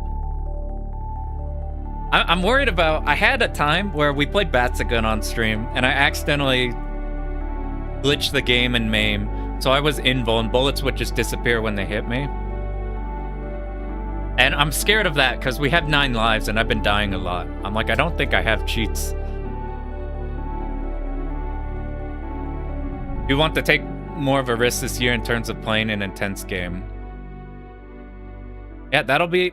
See, the worst case scenario is you have like... There's a lot of people saying they want like drama in a run. Like somebody will post a run that has like a ton of problems in it and like just barely make it through. And people are like, those are the ones I'm most excited with. So like, even in the worst case scenario, you don't loop the first one. That'll be like super fun. And like got the state and it'll be cool.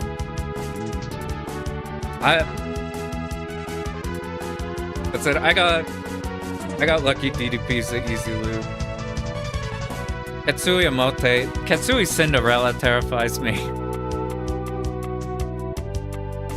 That entire second half is so scary.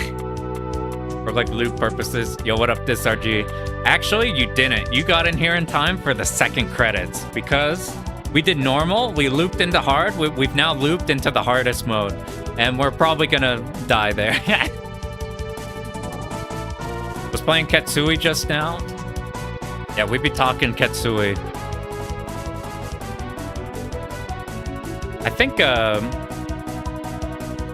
think Snoop was saying he might do Matsuri in the slam also. So there's a chance you could have like Katsui Omote and Katsui Matsuri. I've been super interested in Matsuri. And slams could be fun. That shit's gonna be cool. Sorry, let me... Katsui loop requirement's harder. Yeah, the So DOJ, you don't... If you don't want to, like, if you want to be on a good pace in DOJ, you don't want to die past the death requirement for the loop, so I ignored Bs on DOJ. I ignored Bs entirely, because I'm like, if I die twice in the first loop, I'm not clearing. Like, you can, because you still have, like, 1 leeway of death. But I basically wanted to no miss or 1 death when I was going for DOJ attempts. Guaranteed to loop where you immediately cancel the rest. Just set, like, a 10-second, delay in the broadcast, and then have a kill switch. Be like, oh, damn, I guess. Oh, it canceled in my run. We had a blackout at the venue. Ah, damn. Damn, I guess you guys couldn't see. I think you're right about that. I think the life counter just doesn't go past visually. Because I'm like, I've died so many times. What a QQ. Yeah, this is an incredible looking game. This doesn't feel like a... It feels like a console game, but it doesn't look like one. Alright, here's where we're gonna explode.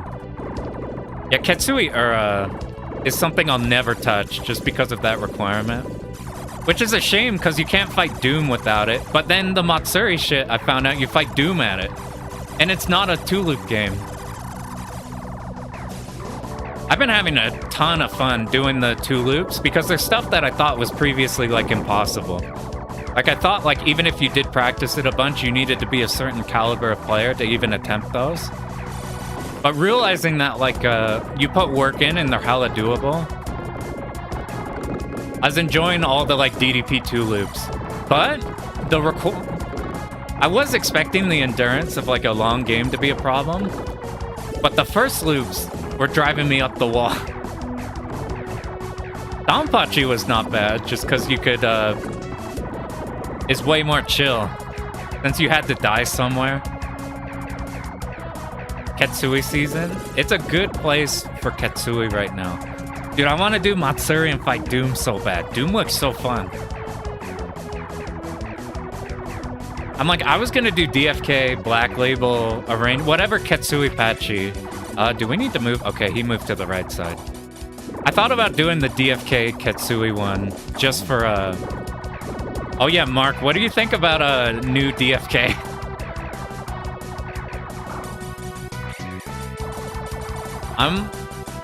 I'm curious. They said they have a new stage in there. I don't know if it's like I didn't look too deep into it. But I'm like, new stage, and if they do a new range. Bomb limit makes the loop nasty. Yeah, that game gives you so many bombs. When I did Ketsui for not hitting the requirement, I was shocked at how many resources they gave you. Like, it wasn't in the same way that DDP gave you a bunch of bombs in the first loop, but just like 2 lives, along with your normal 2 extends, and then just dropping a decent amount of bombs. I'm like, oh, this isn't bad. But the bombs being hooked to the requirement makes that super nasty. Holy shit. How do we deal with the grenades? Yeah, there's not too crazy bomb. The middle pattern looks psycho, but it looks possible. Like, there's a lot of hibachi patterns that you're not meant to actually dodge, you're just meant to last. What in the... Oh, I want to go back and look at some, So I was initially copying a route that no misses this game in a 3-loop. I'm so curious to look at how they deal with, like, these bombs. Woo! We almost, it scrolls faster. It scrolls faster than you move, so you can get caught here. You're playing Doom, final attack is so peak. I imagine in the final attack, I'm gonna be like, oh, there's a clean line, and then I'm gonna dip all my bombs. This is trippy. Have you played Axelay? This shit is, like, unbelievably cool. For some reason, I thought this was, like, an impossible game for the longest time, because I got traumatized before I was a shmup player. Ketsui Ura? Hell no. If you gave me 1 bomb... Okay, before the webs come out, we just need to be hard to a side. So, like, we dodge this. As soon as we dodge it, we need to be out of the way, so the web... Yeah, that's how you're supposed to do it. So, like, it's gonna move. We just be out of the web entirely. It's too big of a spread with 4. We'd probably be here. He's moving there. I'm more worried about the spider legs hitting us. If Ketsui Uro, the requirement, gave you 1 bomb for the very final section with all the, like, the player ship spam, like, right before the final boss, I would feel so much better. But I've never been able to do that shit without bombing. That shit terrifies me. The game goes Hori mode. It's really just Konami and, like, the Terra games. The Nichibutsu. Does anything else do that? Like, we got Salamander series, you got, like, Terra whatever's. Terra Force, I think, does that. You, like, start vertical, you go underground, it's now horizontal. What stage are we on? They better bring out the heat with new difficulty. If they just do the Black Label thing, where it's like, you have incentive to not do the auto bomb mode. Cause like the black label difficulty's like pretty good. Arms installation is complete. Or they just need to do SDOJ, where you still have the auto bomb, but you like dip all your bombs if you trigger the auto bomb. How many lives do we got? I still don't know if we have 9 or more. If this somehow clears with having not messed with hard or very hard, that's gonna be really funny. Just tanking through the whole game with your extend bar.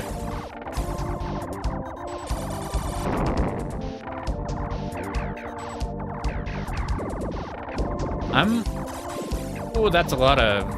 Were those enemies before? Wahoo! Holy shit, did you see the force spray and shit?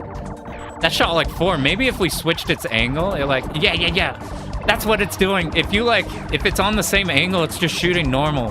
But if you trigger its multiple angles, it's like firing every angle.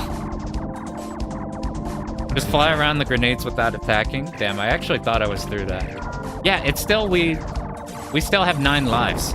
We still have 9. I don't know what's going on. Just fly around the grenades without hitting.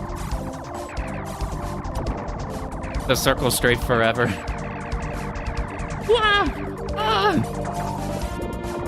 Alright, are these enemies, are they gonna shoot anymore? No, they function like before. I'm gonna be more aggressive in killing these turrets. Because these front enemies don't seem like a problem. Yo, what up, Kirby? We're on the last loop of this, and we haven't labbed it at all. So it's fucking spooky right now. Like, I think those missiles can one-shot us, but they pop fairly fine. These revenge bullets are getting kind of fast. Okay, we need to kill...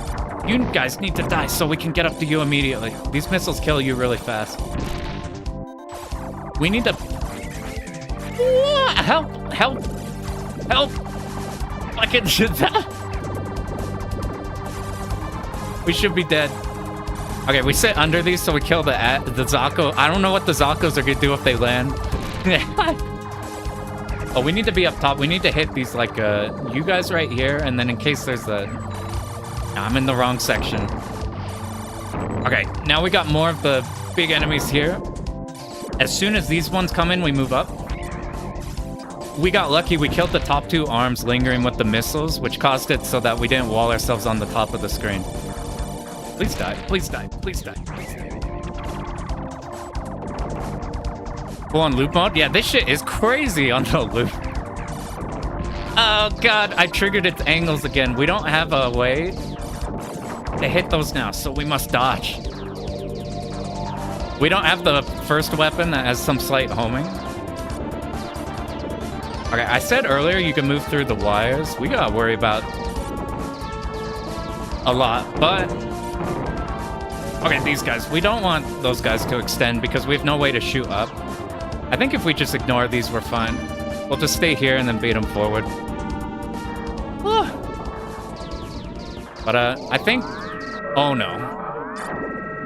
Yeah, look at this angle if we... Ah, that bottom... Okay, we got lucky. We got lucky. Well, thanks for good luck. We're on the final loop and shit's kind of getting fast.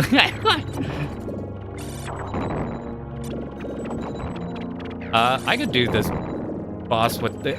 Oh, help. I might start streaming DDP runs at some point for Slam. Get ready for that. Or like, we did so many runs since Dodonpachi till now. So I'm like, oh God, I have the muscle memory for everything. But there's a lot of little tiny details that you have to remember to not die. That we gotta go through and like re-get all those back. Luckily, DDP is probably the second loop one we spent the most time on. Yeah, I've always liked the 2D stage design. We're gonna be here, so if it shoots aimed at us, maybe the arc isn't so bad. How do we even hit you? There's like a weird... We have to like finesse it with bombs from behind like that. Fucking, is that our primary Uh-oh. Goodbye. Okay, because of that, because we have literally no gaps there, we need to go to extremes. So we need to bait the angles like this, because that's hitting like a full 270 angle.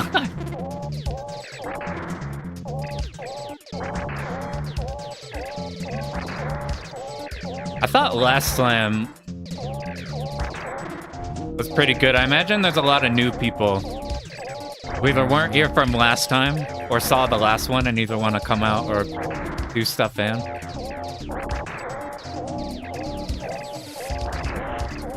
Whoa, I didn't know if that back leg would kill it. Yeah, you see, so this is gonna take 100 years, but it works.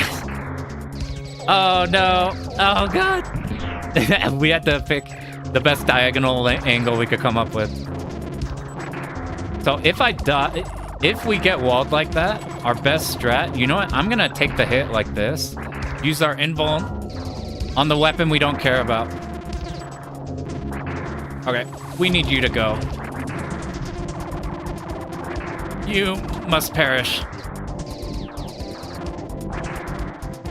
I'm fine with dipping the missiles. Missiles are the next thing we'll sack to give us a fighting chance.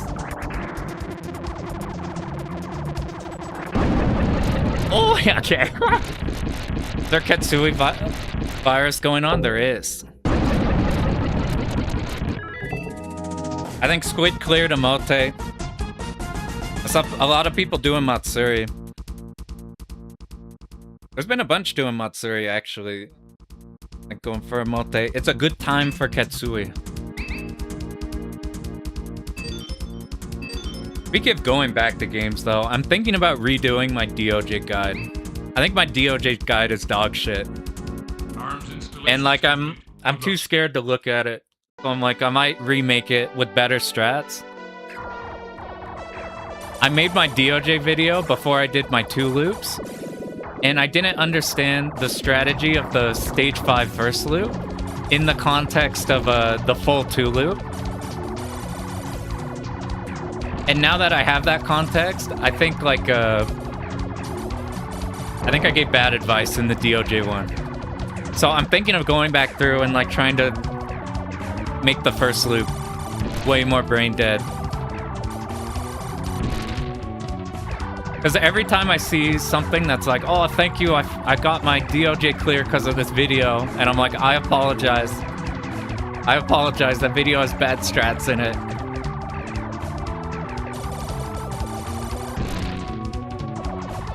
Like, there's ways to just insta-kill the turtle. You don't even need to fight for the turtle boss. Signing up for DDP commentary, that would be sick. I'd be super on board. The 2-all might be terrifying to commentate through. I need to say, I'm like, you'll have to carry on the second loop. Do we need to be... Okay, when is... After you guys is the sub-boss. Need to get you guys out of here, and then these missiles will do more than enough. Alright, so I don't think it does damage here, but we're just doing this. Alright, once these 2 sides are dead, fucking eventually. Dear God, we got lucky. The side I wanted to go got popped.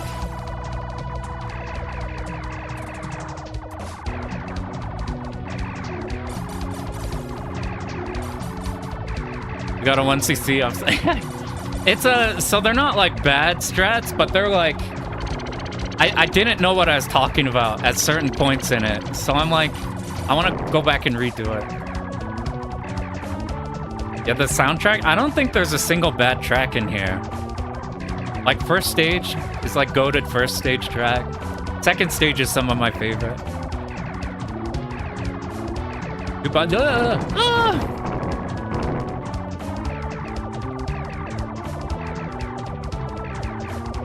Two bombs on the 2. Jesus, those shot a lot. This is a Super Nintendo. We're playing the Famicom version just because I wasn't sure what changed. The only difference I know of... Ah, you bastard. The only change I know of is on these vertical stages in the international version, you can move down more. You won't be able to see your thrusters because you can move down more. Oh, we could do this fine. We just have to, whenever he dips down, we're just gonna move hard into the side. These are gonna shoot fast, so let's move. Holy shit, those some Psycho bullets. Never heard? This is one of Konami's best games. They like, oh, let's be on this side. This side's safe. Let's see this gap here. Those whole explosions are active. I'm gonna be up here. So the shot limit, we do a bunch, and we're gonna move to the side so we don't risk ramming it. Now, same thing, we just repeat that movement. I actually think I like Konami a lot, like shmup was.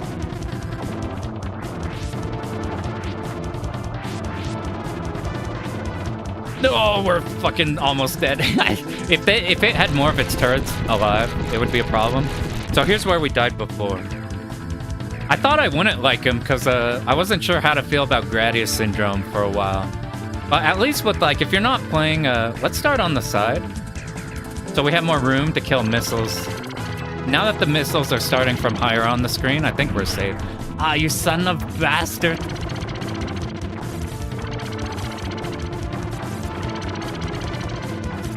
All right, let's be super aware of the missiles. All right, how many do we have? We still have 9 lives. What's happening? Have you cleared Thundercross? Thundercross? I fucking love Thundercross.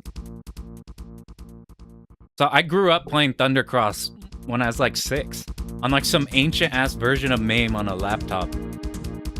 I have like really fond feelings for Thundercross 1 and 2. Oh, thank you. Did not play with the presentation? No. And this one, this shit isn't even arcade. And it's with this presentation. Where are we?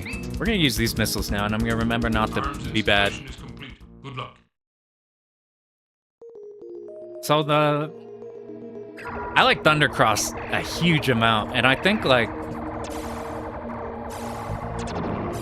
everybody else dismisses them as like not as good as Gradius, or like doesn't look as good.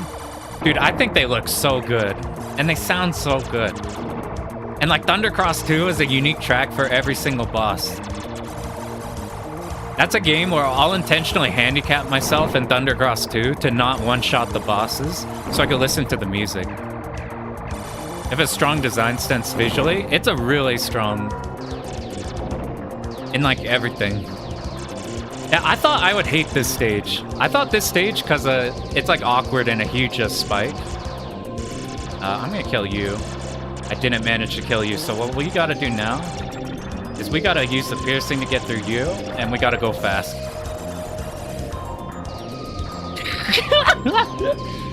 Like, alright, we're gonna... No, we gotta deal with you now. Alright, let's go up top. That was the dumbest dodge we've done today, and we've done a lot of stupid shit today. Oh, we might not have the room. Might not have the room. Oh, what did I run into? I think I ran into the enemy. I think in the loop they add a certain... Uh-oh, we're in danger. We gotta...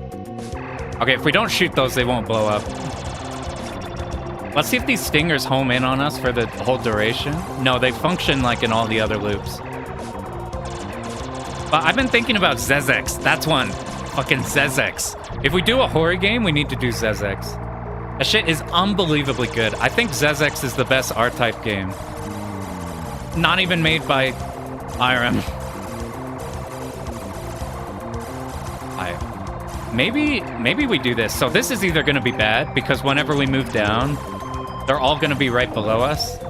Or maybe it's fine because it handles a lot of their revenge blood. This shit is... If we moved any more up, we wouldn't just lose our weapon, we would die there. Alright, we're going in the water. Missiles we less care about. Yeah, not having a bomb causes a thing. Need more horror in shmups. What's the most horror? Woo! Okay, those didn't shoot a bullet back. Oh my god. What's the most genuinely like horror-centric shmup? Not in like Guts theme, but like genuinely spooky. Like X Multiply, I guess, is just like Alien the whole time. Oh, we do not want to pop those. I'm gonna pop you early. Oh, nice, it deletes them down there. So if we were routing it, we would probably just use the wall there. All right, let's just be here. Nothing's gonna ram us. We'll kill the top ones, and then if one gets through. Okay, I think we're good. Angel at Dusk. A Tan actually showed me that, like the day before he left. That one's got a crazy ass aesthetic. Chimera Beast, that's probably it. That's probably like the most... Maybe it's carried by the ending being terrifying. But Chimera Beast is a pretty good one. That one, you do the whole spore thing. You start off as like early in life, and you eventually grow to like go and eat the earth. Whew. You made you play the horror? Yo, what up, Tan? Tan was also showing me Guwange. I've been looking up a bunch of Guwange replays after that. Except that you'd probably be sad. They're all like bitch replays.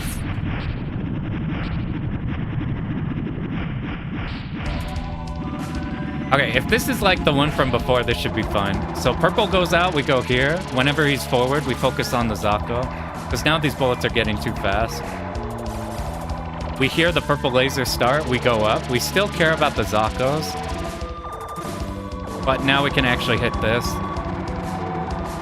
Purple laser goes out, we alternate. And now all we have to do is we're just watching for the lasers to appear. So these ones. They're terrifying, but they're at a fixed point. Like, if we're here in the middle, we're always safe at this part. And now we just have to worry about Zako.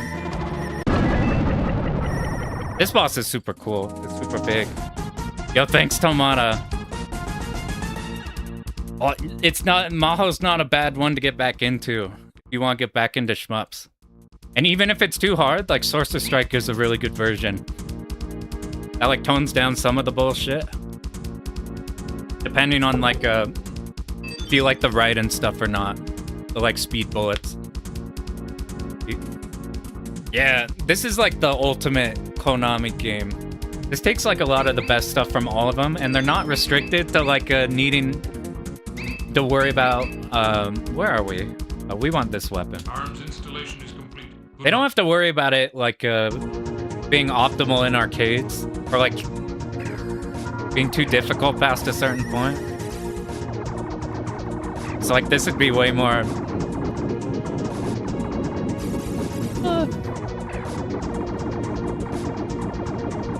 Just making sure we don't die here. It's more non-cave stuff. There's a whole bunch. There's so much good shit that I feel like I've done too much cave, and I still haven't even come close to touching, even remotely, the cave library. We gotta do fucking all the Yagawa games we gotta touch. I haven't even touched like any of the... I haven't touched Darius Gaiden at all. I haven't touched G Darius at all. Alright, as long as we kill you fast. I'm like... I keep thinking about Toa Plan Outzone. Oh, we dodged the bullet and got the speed to get out of there.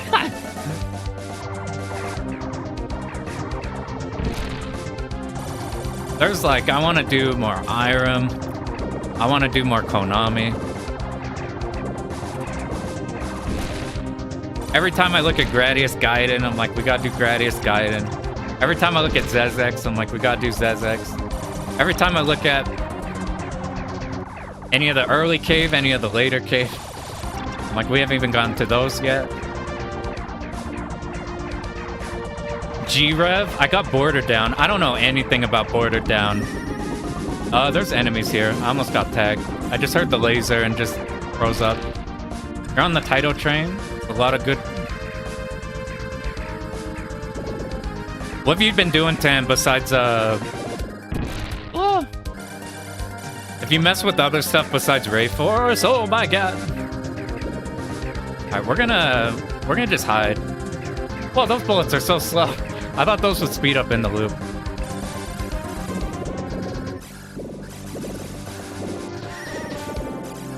I don't think Metal Black is a good scoring game, but everything else about that game is fucking incredible. You do Bach Raid, so I really want to do Bach Raid because so in Bach Raid you're either going in Bach Raid like full survival with Flame Viper and playing the game like normal, except all the bosses are really hard, even with doing low rank strategies. And then if you go all out, it's crazy, and it's awesome scoring, but that'd take a while to learn. I found a Nico guide on Bach Raid that does an in-between, where they only score specific sections, so all of the Cloud Stage bosses are really low rank. Fucking Vampire at the end of game is incredibly low rank. I could not believe it. So I'm like, I want to mess with that in Bach Raid so bad. Because it's like, it does scoring stuff, but without like being Reset City. It's like doing as much as you can for like interacting with the score stuff as much as possible to still... Wow! We'd rather take the bullet there because the hand will just insta-kill us. And it's such an interesting run. So I'm like, I'm really curious if that one, if the rank, like, if it's literally just to get some score, or if like it actually lowers the rank. Because every time I look at survival run, Vampire is like fucking horrifying. All of the Cloud Stage bosses are like terrifying. And I look at this one and it doesn't look bad at all. So I'm like, I think there's something to this. I'm like, if that is, I think that would be the coolest Bach Raid run. Ooh. We didn't even get hit by a bullet there. That was crazy. Man, we've gotten some lucky ass. I thought this guy would be a problem. We've been trying to get into arcade beat-em-ups. I have two. All the beat-em-ups I know are like the whack ones. Oh, fucking... I've been thinking about like Violent Storm and Sailor Moon. And what's other good shit? There's a lot of Capcom ones that aren't like too psycho. They're kind of long, but still like I've been looking at Commando and what's a dinosaur one? Cadillacs and Dinosaurs. Punisher. Punisher's super good. Mark's got a good video on the Punisher, and Peck has a really good commentary on it. They're doing like a hardest no miss run or something. Where are we? We want these missiles. We're on the final stage. Good luck. I hear Battle Circuit's fucking cool.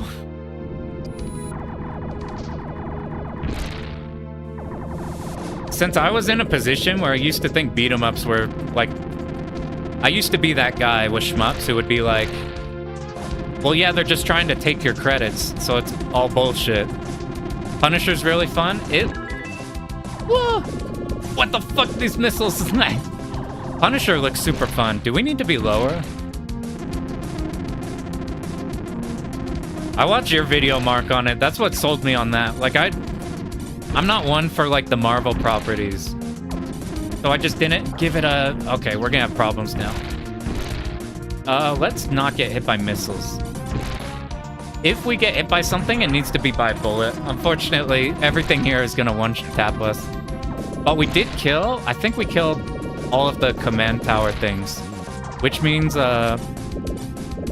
this next one should be easier.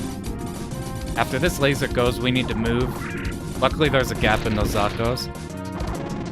I saw that video on Punisher, and I'm like, oh, this isn't like a... Oh, God. We fell so far behind that we just need to live now. Fucking look at all these. Oh, God. We need to stabilize before the, like, capital ship, the, like, red one. Okay, now we're here. Now everything's fine.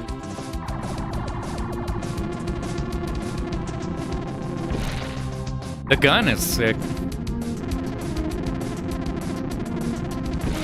The routing with the gun, too, interests me. Alright, we gotta escape out. I tried killing the missiles. I guess everything there would hit us. Fucking spooky.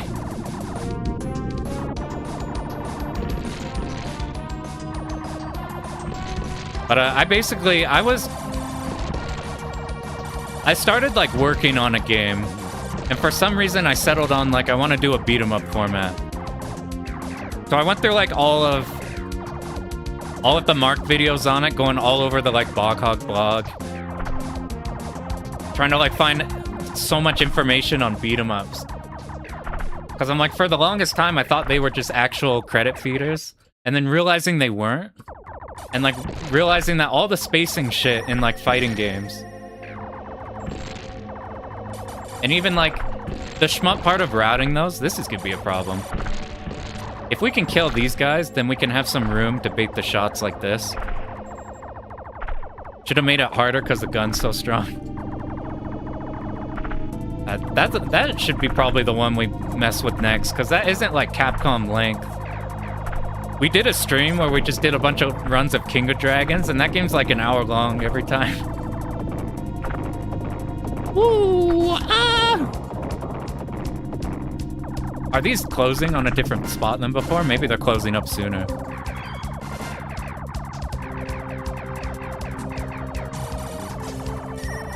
Oh, that's so bad. We need to go fast. We can power through with the missiles because we're moving forward with them. They like all stack together, like burst it down completely. Alright, we're a little behind here. We want to stay and use these cover, and then this laser just covers everything for us. It kills everything before we actually have to move. We want to stop moving and then let it shoot straight, and then we can move.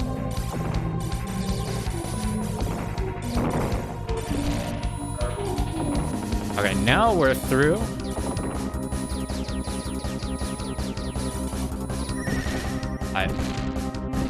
I want to talk so bad, but this shit is gonna be a problem. Super fast. Not this one, but the section after this is an issue. Okay, we found a gap. We can actually hit these from behind. So I'm gonna use missiles right away on these. We need to just get rid of these as fast as we can. Ah! No! I thought it was dead. Alright. This is the last, like, really hard section, and then we're on the final. How many... Is it glitched? Do I have infinite lives? I'm gonna check after here. I'm gonna be so sad. I'm gonna be so sad if for some reason we have infinite lives. It's gotta be that it's just overcapped, and because we haven't died that often, we just keep getting them back.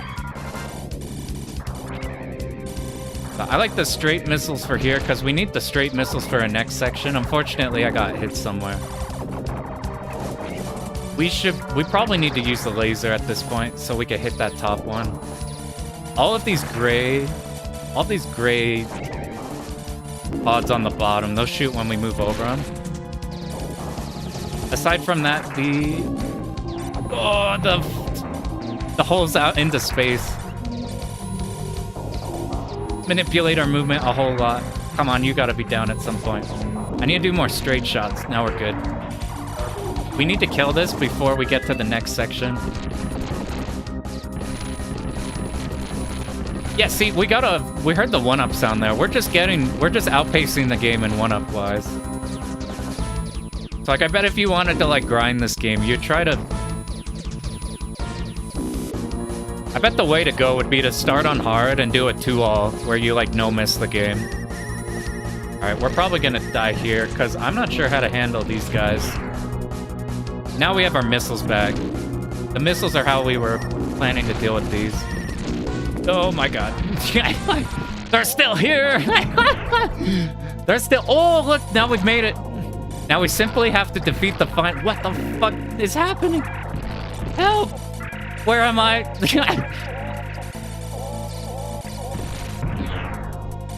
Alright. We just need to not lose a weapon, and then we restabilize. Fucking... Where am I getting hit? That time I think I ran into him, but I should have popped from there.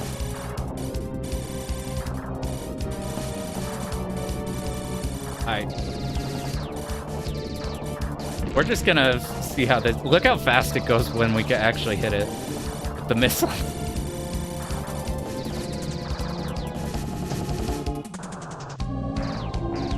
Alright, now... I think we can hit it here in the safe spot, whatever. This is fucking... How many lives do we got? We have 7 lives. What? I took a hit somewhere! It's time to game. We simply have a deep... So I think what we actually want to be doing here is alternating once they start leaning the rocks one side over to the other. God damn, dude. Fucking Christ.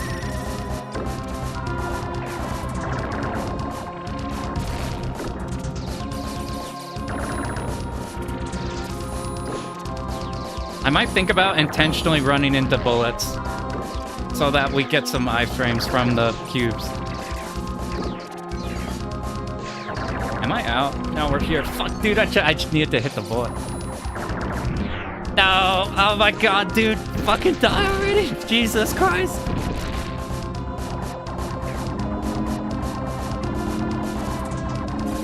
This shouldn't be too hard to get stable again.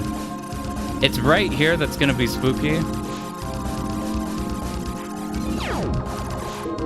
Alright, we start here, move up. Alright. Now, we've stabilized. Now we're... Okay. We need to be down a bit lower. Fuck. Now we have to take a death here.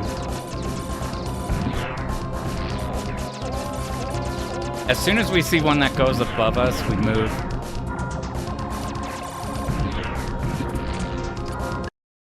Fucking A, dude. This final boss is fucking crazy compared to how it normally is. I don't know if missiles are... I assume missiles are better here. Alright, we have 4 lives to not throw away the 3-all.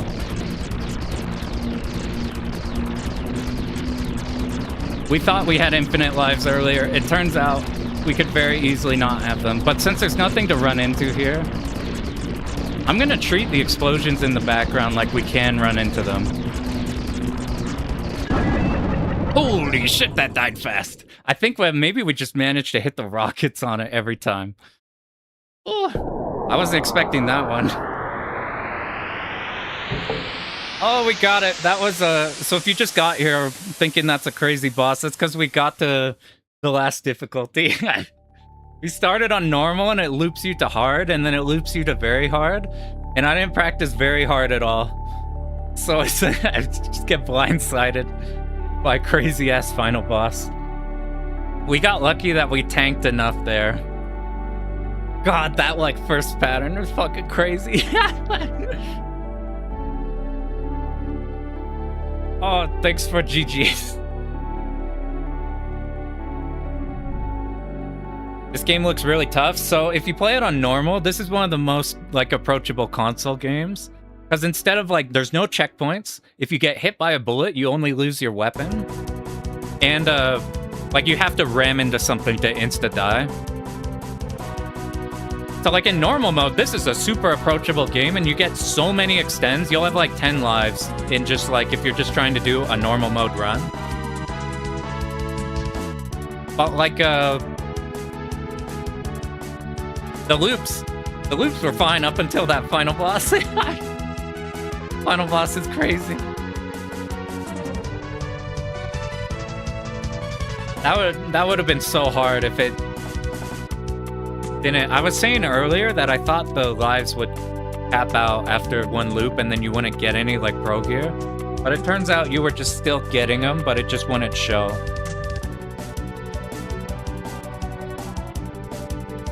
Yeah, 3-all from here, that's the end. If we're doing if we started from easy, then it would be a 4-all. Carnival, a light gun game. So I've been thinking about getting a light gun. Because I don't know anything about light gun games. Oh, I gotta catch up now. I'm so far behind. Yo, what up, Desmaku?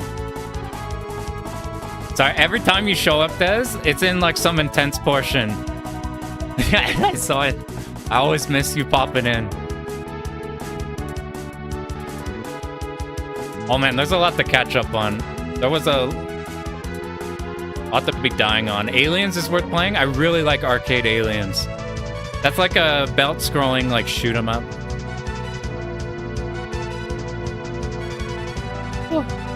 Described as a fusion of fighting games and shmups. It's like the routing of shmups with like all the spacing and like shit you'd see in a fighting game. It's King of Dragons' spiritual successor. The problem is King of Dragons works good because the design is so tight. Because if you just got the single attack, that all the enemies and set pieces have to like make up for that. And I can't. That's the like would be the weaker part. Like art asset shit. General consensus, good amount of light gun games aren't meant to be 1CC'd. I don't know. All the new shit, like if you walk into like a... See you again at Axelay 2, except they never did. Oh. Where's our Axelay 2 and our ZX 2? I'm not too familiar with light guns, but the majority of the like really good ones, I've seen a bunch of 1CC runs of. I don't know that many beat 'em ups on NES. I assume it, like if you walk into standard American arcade and they have like the Terminator 2 machine that you die in like half a second. Those I assume anything made now in like that kind of vein is not gonna be doable. But like the real games are. I'm not familiar though. Light guns are something I don't know about other than the obvious titles. Like your Time Crisis and your House of Dead. I'm almost done catching up. Area 51, House of the Dead 2. I was just watching a House of the Dead 2 run like right before this.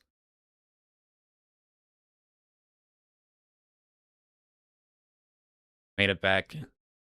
Axelay would have been cool. The closest thing to that is Salamander 3.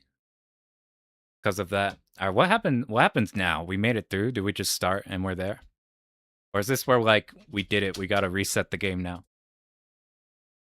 I guess we got it. So like I don't know jack shit about light guns. Do you guys know? So I know Gun 4 IR is the open source thing that people make stuff off of that's good. I've either heard Sinden, the Sinden guns are like God's grace to humanity, or they're like garbage. And I've heard no in between. So I don't actually know what Sinden light guns are or whatever. I saw these what are they called? There's like these guns recently that are called like the 3 Reaper. Sinden is good. Gotcha. Do you know anything about the Reaper guns? It's like something in the last year. It's like PC3 Reaper or something. I was like, let me see exactly what they are called. RS3 Reaper? That's a thing that's popped up. I don't really want to solder or like construct my own Gun 4 IR thing, so I was just gonna buy one. And like that one, I've either heard it's like crazy low latency, or I've heard it's like terrible, or I've heard it's like the best thing ever, or I heard it's terrible. So like I got no clue. It's a reset. Gotcha. They like make you hang out here. It's kind of cool. It's like you have seen to the end of the game. There's nothing else. You can't even go back to the main menu. I haven't heard of Vampire Knight. So like if we restart on here, just to show you the settings we're doing, because if you look up this game, if you look up like Axelay runs, it's fairly dark. You can bump the brightness up, which I think helps with the bullets. Like this is what it is by default. Oh, and I guess it sticks us here. Trigger speed. So I could not find a downside to not just maxing out trigger speed. Because if you play a total playing game, you play like Flying Shark, where you only have a limited amount of bullets. You don't want 30 hertz auto fire, you want like 10. So that you can constantly have a stream of things hitting. But in this game, your bullets like reset so fast with like all the weapons we want to use that I didn't find a downside for not just maxing out your fire rate. And the replay I was copying said they just maxed that out. So I'm like, I guess we're just doing that. And then I bumped brightness because it'd be better for stream and my eyeballs for seeing the tiny bullets.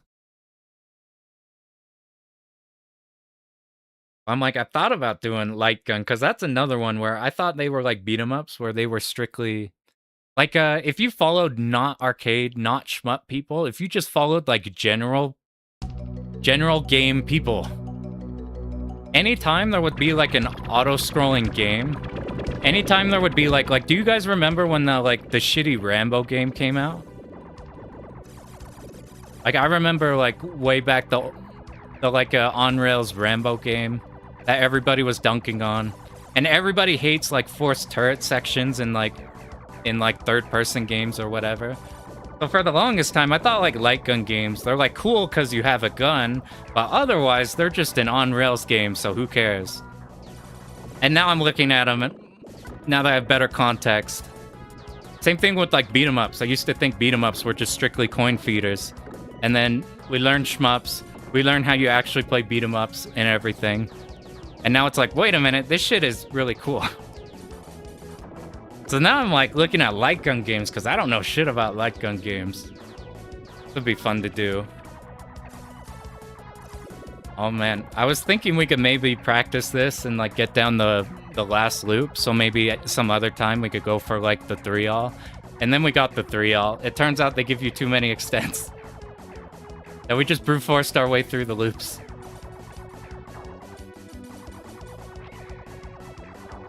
Either loops onwards or takes you to the title. Gotcha. Man, this is it's cool to finally be done on this one, because I keep like going to learn this game and then I drop it for a bit and then go to learn this game. I think because of past trauma from this game getting like owned by the first stage. Which if you saw there now, it's like, once you've like routed or whatever, it's fine. Yeah, the Wii games would be cool with like proper gun. You just set it up with like Dolphin or something. Get it to work with like a real light gun instead of Wiimote. Because I imagine there's a lot of those on Wii, since it's the most like natural genre for the format.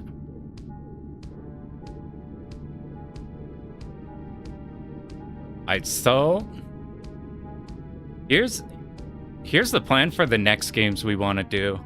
So not shmup wise, or like a non-shmup, I either want to do like Super Contra, because we did all of the hardcore routes. That was a lot of fun. And now I want to do Super Contra because I'm in the Contra mood. Or try for like a Rondo of Blood.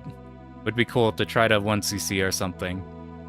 For shmup wise, I want a hard game and an easy game. I was gonna have this be the easy game, and then the hard game, we're gonna do Mushi God mode of Futari. Do Futari Black Label God mode. That's gonna be the main one we do. That reset everything. Yeah, you know what makes me sad is the arcade games that reset everything after boot. So like you have to, the high scores are just for like that day. That stuff makes me sad. I keep going to our local barcade as a R-type cab. So every time I go there, I have to put up the R-type score, and then it's gone by the time they've like since shut everything down, pop stuff back up. Link's crossbow training. I think I had that. I think I had that with the whole crossbow gizmo thing. So I want to show you the Mushi God mode route we're going to do, because I'm super... Oh man, and there's the Bach raid one I want to show too. So for Mushi God mode, it's probably going to... I'm all tabbed right now, so it's going to be weird for a sec. I feel like Ninja Warriors on the SNES, so I haven't played that many beat 'em ups. Or like just console games in general. Silent Scope? I'm not sure. So like most everything's new to me. The shit I actually know stuff on is just shmups. Alright, so Atari Black Label God mode.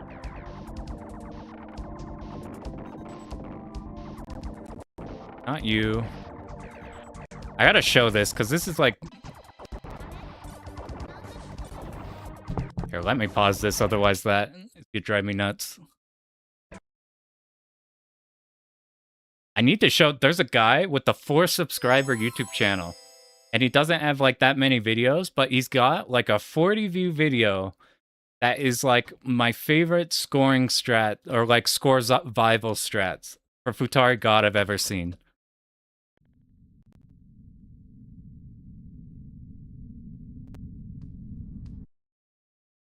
Let me pull that up. This is what I think our next cave game's gonna be.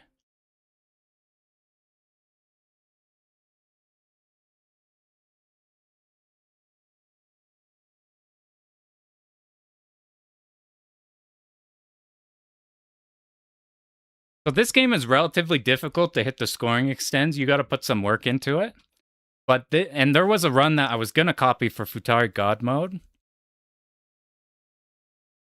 that specifically does not even get the final score extend because their strategy was that they wanted to no miss to Spiritual Larsa, the TLB. You have to no miss the whole game.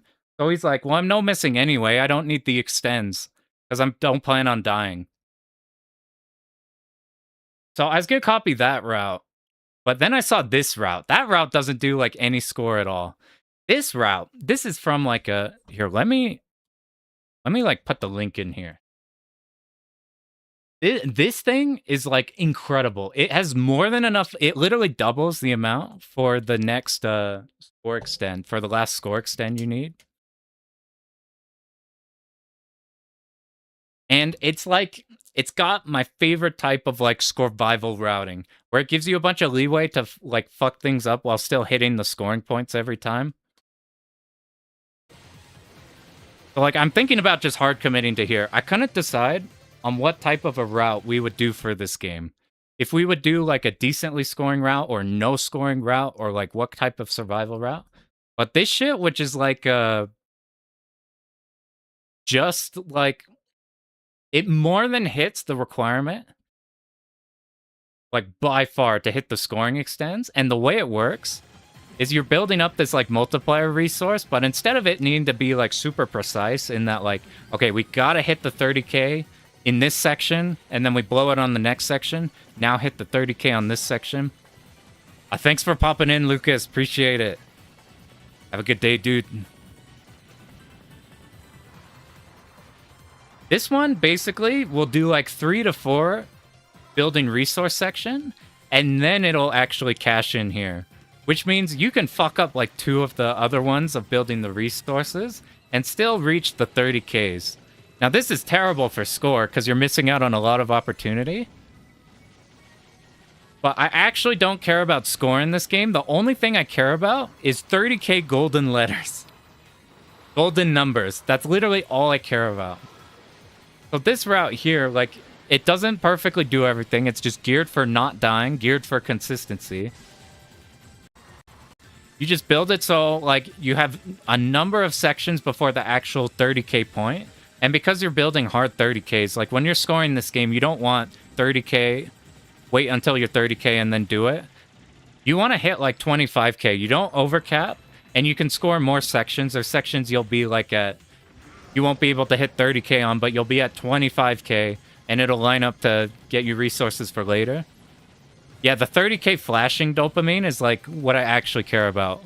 Even more than like the score doesn't matter. It's literally just the 30ks.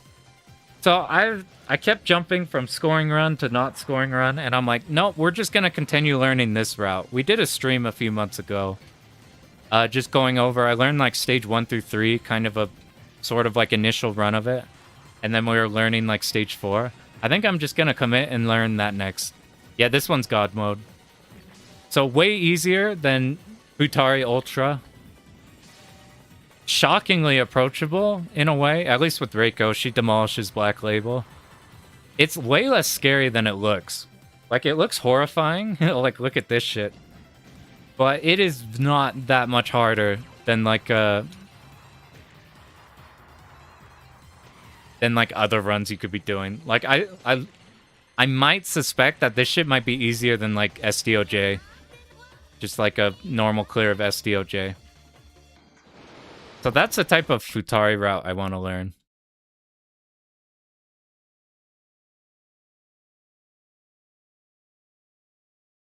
What other... this is the Bach raid route. So this is what I'm so curious on. So I don't know if this is doing what I think it's doing. But this has got me so interested in this game. DOJ kicked your ass. It kicks everybody's ass. That shit is so hard. Excellent. That shit is so hard. Welcome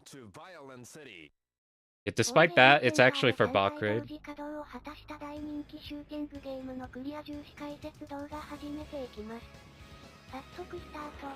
So this run, I'll put the link to this one too. So this is something that caught my eye. So I was talking earlier, so bot grade, you play it in either one of two ways. You either go fucking crazy with the score, and the whole game, you literally like, you are always permanently bombing or permanently suiciding. The way you keep your chain in that game is by killing big enemies. And the only way to pause the chain timer, like if you want to do your DDP laser to hold the timer, is you have to die or you have to bomb. So the high scoring runs are just suiciding every 2 seconds, or bombing every 2 seconds, and getting extends every 2 seconds. Survival run of these games of bot grade feels way more like playing a standard shmup, but with some rank in there. So you pick like Flame Viper, you just play the game normal. But the bosses are kind of hard. Even with low rank strategies, the bosses are spooky. So I haven't been happy with the low rank run of this game that I've found. If you look to the pathways and not to the bullet barrage, yeah, instead of like you're finding the lanes rather than just like the entire mass of shit going on. Like the only thing that matters is the safety areas. Like you see it in like especially bullet hell game. Like the only thing that matters is what's immediately ahead of you. I'm trying to like look at this. Like this is we were talking Futari. So like look at this boss real quick. So it's like if we look at this real fast, it's like, well, that's a crazy amount of bullets. How do we dodge this? And it's like if you just break down things, then it's like, look how you actually do this pattern. The only thing that matters is the open lane. The only thing that matters is what's immediately going to possibly hit you or in the future. Like this whole pattern is literally just as the bullet's about to hit you, you just tap.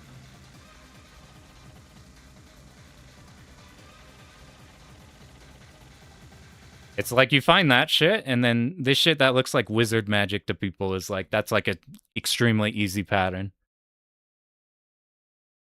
Like here's the bot grade thing. So the low rank runs don't get as low rank as I would like, and the scoring run's fucking crazy. That take a long time to learn.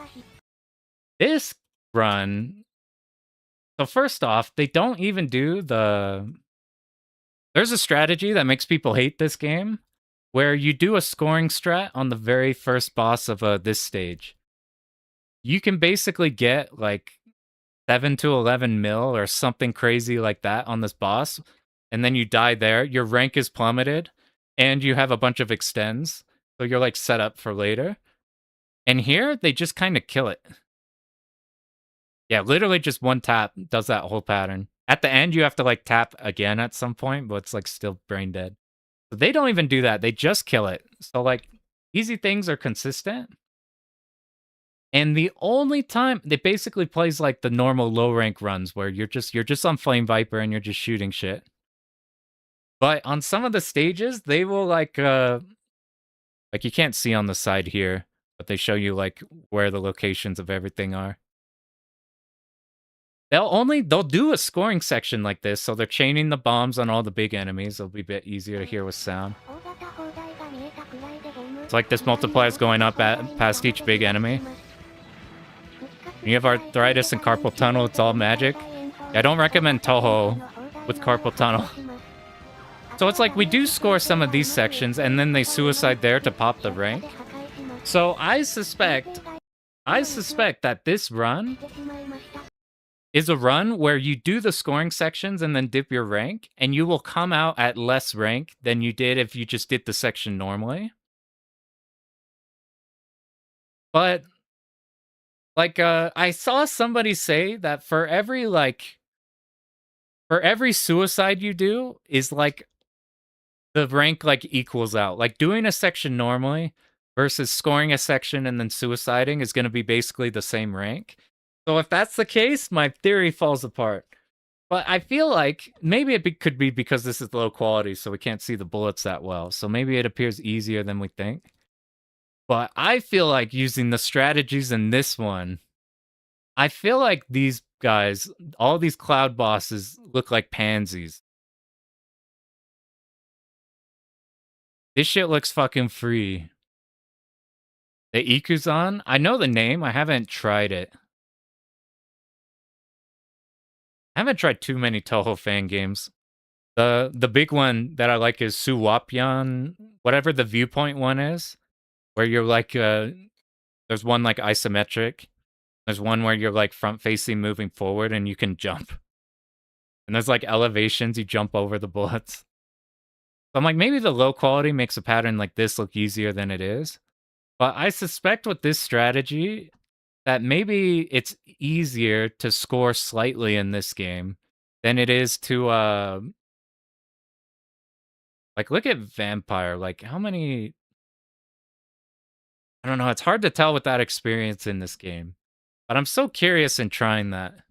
Because this is like a survival guide, and they score like 3 times higher than the runs that play normally for survival. So I'm like, are they just doing the score to do the score stuff? Or is this like, I feel like it's like, look at this. This shit feels like so slow. Like people complain about Vampire a lot being super terrifying, and I'm looking at this replay, like until I get my hands on this boss looks easy. This part's probably the fucky part. But I'm like, maybe that one is what I'm so curious about.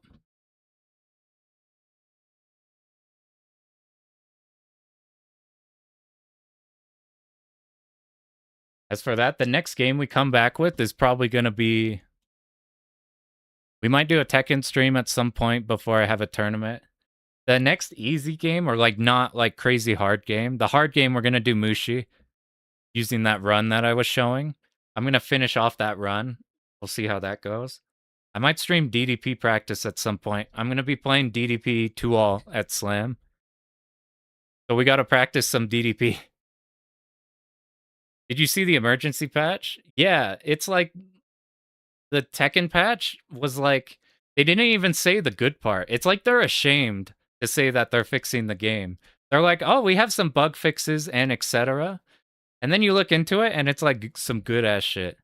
Yeah, it's not enough. Like they didn't fix the game. But if they keep doing that, that's like got people hoping. Because every patch since season 2 has been like terrible.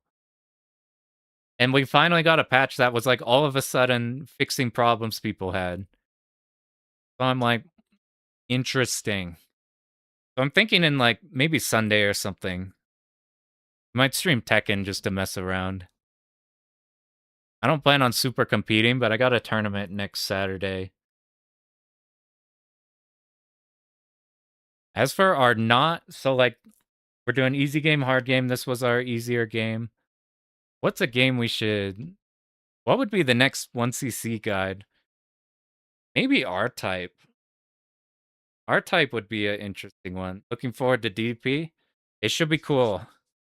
We gotta relearn a lot. We've since done the Donpachi and the DFK, so we have to remember how to play DDP again. They would have to rework the entire game on a fundamental level. Oh, thanks for good luck. I don't think Gradius 3 no miss guide. You know what I'm gonna pull up? If you actually want to no miss Gradius 3, you need to do this shit.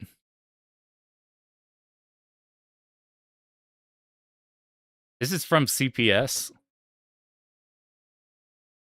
Wrong one. This is from CPS.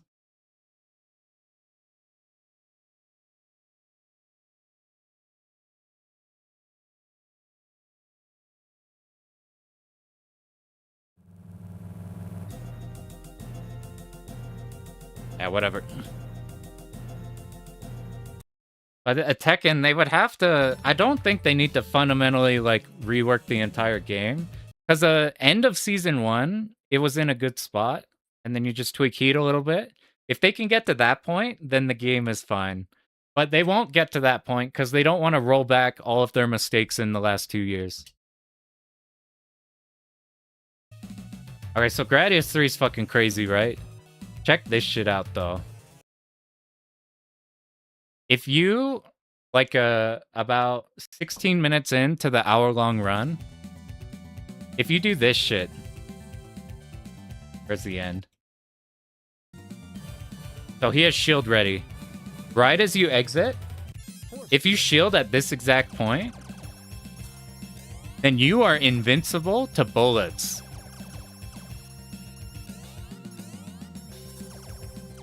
So, this stage, so like the fire stage is fucking crazy hard. All the bullets just move through you. Now, the thing is, though, is this isn't like, okay, you triggered the glitch, now you automatically win the game. It's not like doing the Pink Suites Infinite Lives, where you just have to survive to the glitch, and then now you're completely fine. You're just like, you've done it, you've beaten the game, you have infinite lives. Because, while you're invincible to bullets, you are not invincible to the ice cubes. This shit, which is like the... I think this has to be the craziest section in any shmup. There's like that. I don't know exactly how it works, but there's like... Basically, there's a metric fuck ton of variations on which ones of these numbers can hit you. You have to memorize like which numbers will be speed up when. Like snap immediately to it. And then here you have to pray. Because these ice cubes could just randomly move through all the other ones and then kill you. There's like, if you've seen Low Tier on Twitter, like I feel like he always has clips showing the craziest fucking ways you can die to the ice cube section. So the invuln glitch doesn't save you from this, but it saves you from minute 16 to minute 33. So if you can make it to the 16-minute point and trigger the glitch, you skip the fire stage, which is really hard. You skip a couple others. You make it to here and probably die because this will probably take a bunch of lives to get. But then you just gotta do stays until you die, which will be the ice cube. Yeah, the fire didn't kill. It's just running into walls and like running into enemies will. So, like the ice cubes will kill you. So they're gonna kill your invuln. But then he managed to ice cube for the first time. Or do ice cube's first try, which meant he has invuln still now. But you could do you just do the boss rush and then this ending section, which is terrifying. But if you do that invuln glitch, you now don't have to learn like a third of the game. It will carry you to ice cubes, and then you can roulette on ice cubes. Otherwise, I imagine you probably just get in Reset City, dying on the fire stage. Just dying here, and it's awful. And then it's like, we finally made it to ice cubes, and then you have shitty ice cube RNG. And then you gotta reset. But here, you just gotta make it through stage 1, make it through bubbles stage 2. Try not to have some glitchy ass hitbox kill you on this stage. And then you're golden. So I'm like, if I ever mess with Gradius 3, it would be doing that type of a strategy. Alright, so we have one more thing to do before we'll call it there. We got a 3-all starting from normal of Axelay. We only routed normal mode, and then we just went through with hard and very hard, but they gave you so many lives that we could brute force it. I haven't seen... I need a pee-pee Kuzan. But now we have one last thing to do before we call it here. We have to do our daily fucking... Our fucking daily shmup stage 1 quiz.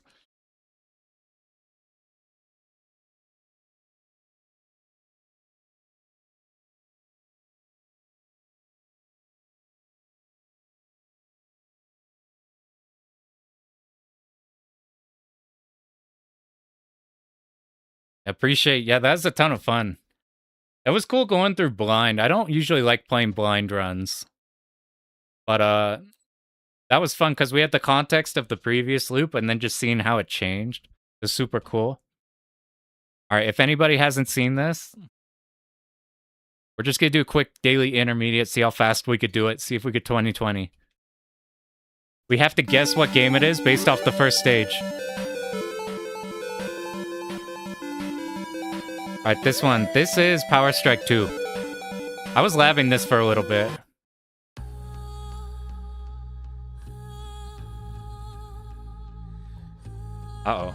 I don't know how these two sound. Or if it's Darius first. Maybe it's Darius first. I ran out of battery. What? Oh no! Resume. Alright, so I don't know how Devil Engine sounds. I don't know how Homer sounds. We just go Darius first because it kind of sounds Gaiden-y.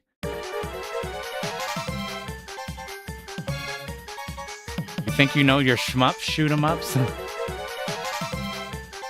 Is this This is Cosmo King, right? It didn't sound Twinbee. Oh no.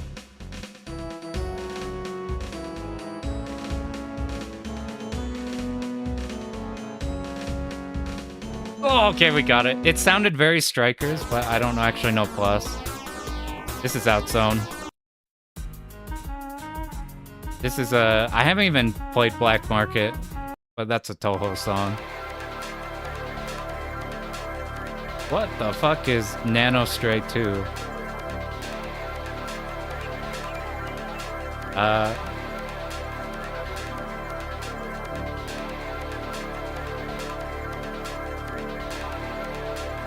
Yeah, it was Nano's fucking DS game. I'd never seen that.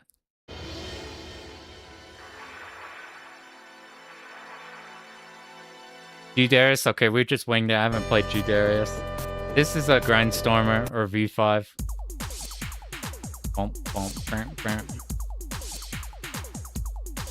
Wait, why am I? It's Kikira Dan. I couldn't remember the name of it. Where are you? Where's Toaplan? Vimana, there it is.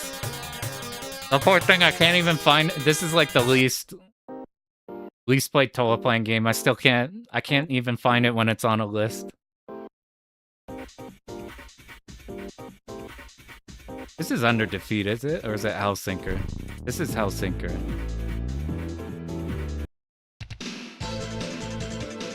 Thunder Dragon 2, that's like the only song that plays in the game. That's Hellsinker. That's one. I found a survival replay. Dragon Blaze. I found a survival replay of Hellsinker, and I got no idea if it's good or not, because I got no idea how that game works. The Ginga Force. You can see cute immediately. Is this Rolling Gunner? Or is this second? I'm going second. Oh, got lucky. Ketsui. It's Ketsui Day in the chat, so we gotta roll Ketsui also.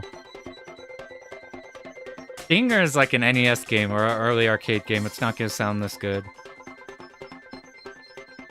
Is this... This sounds... It's fucking...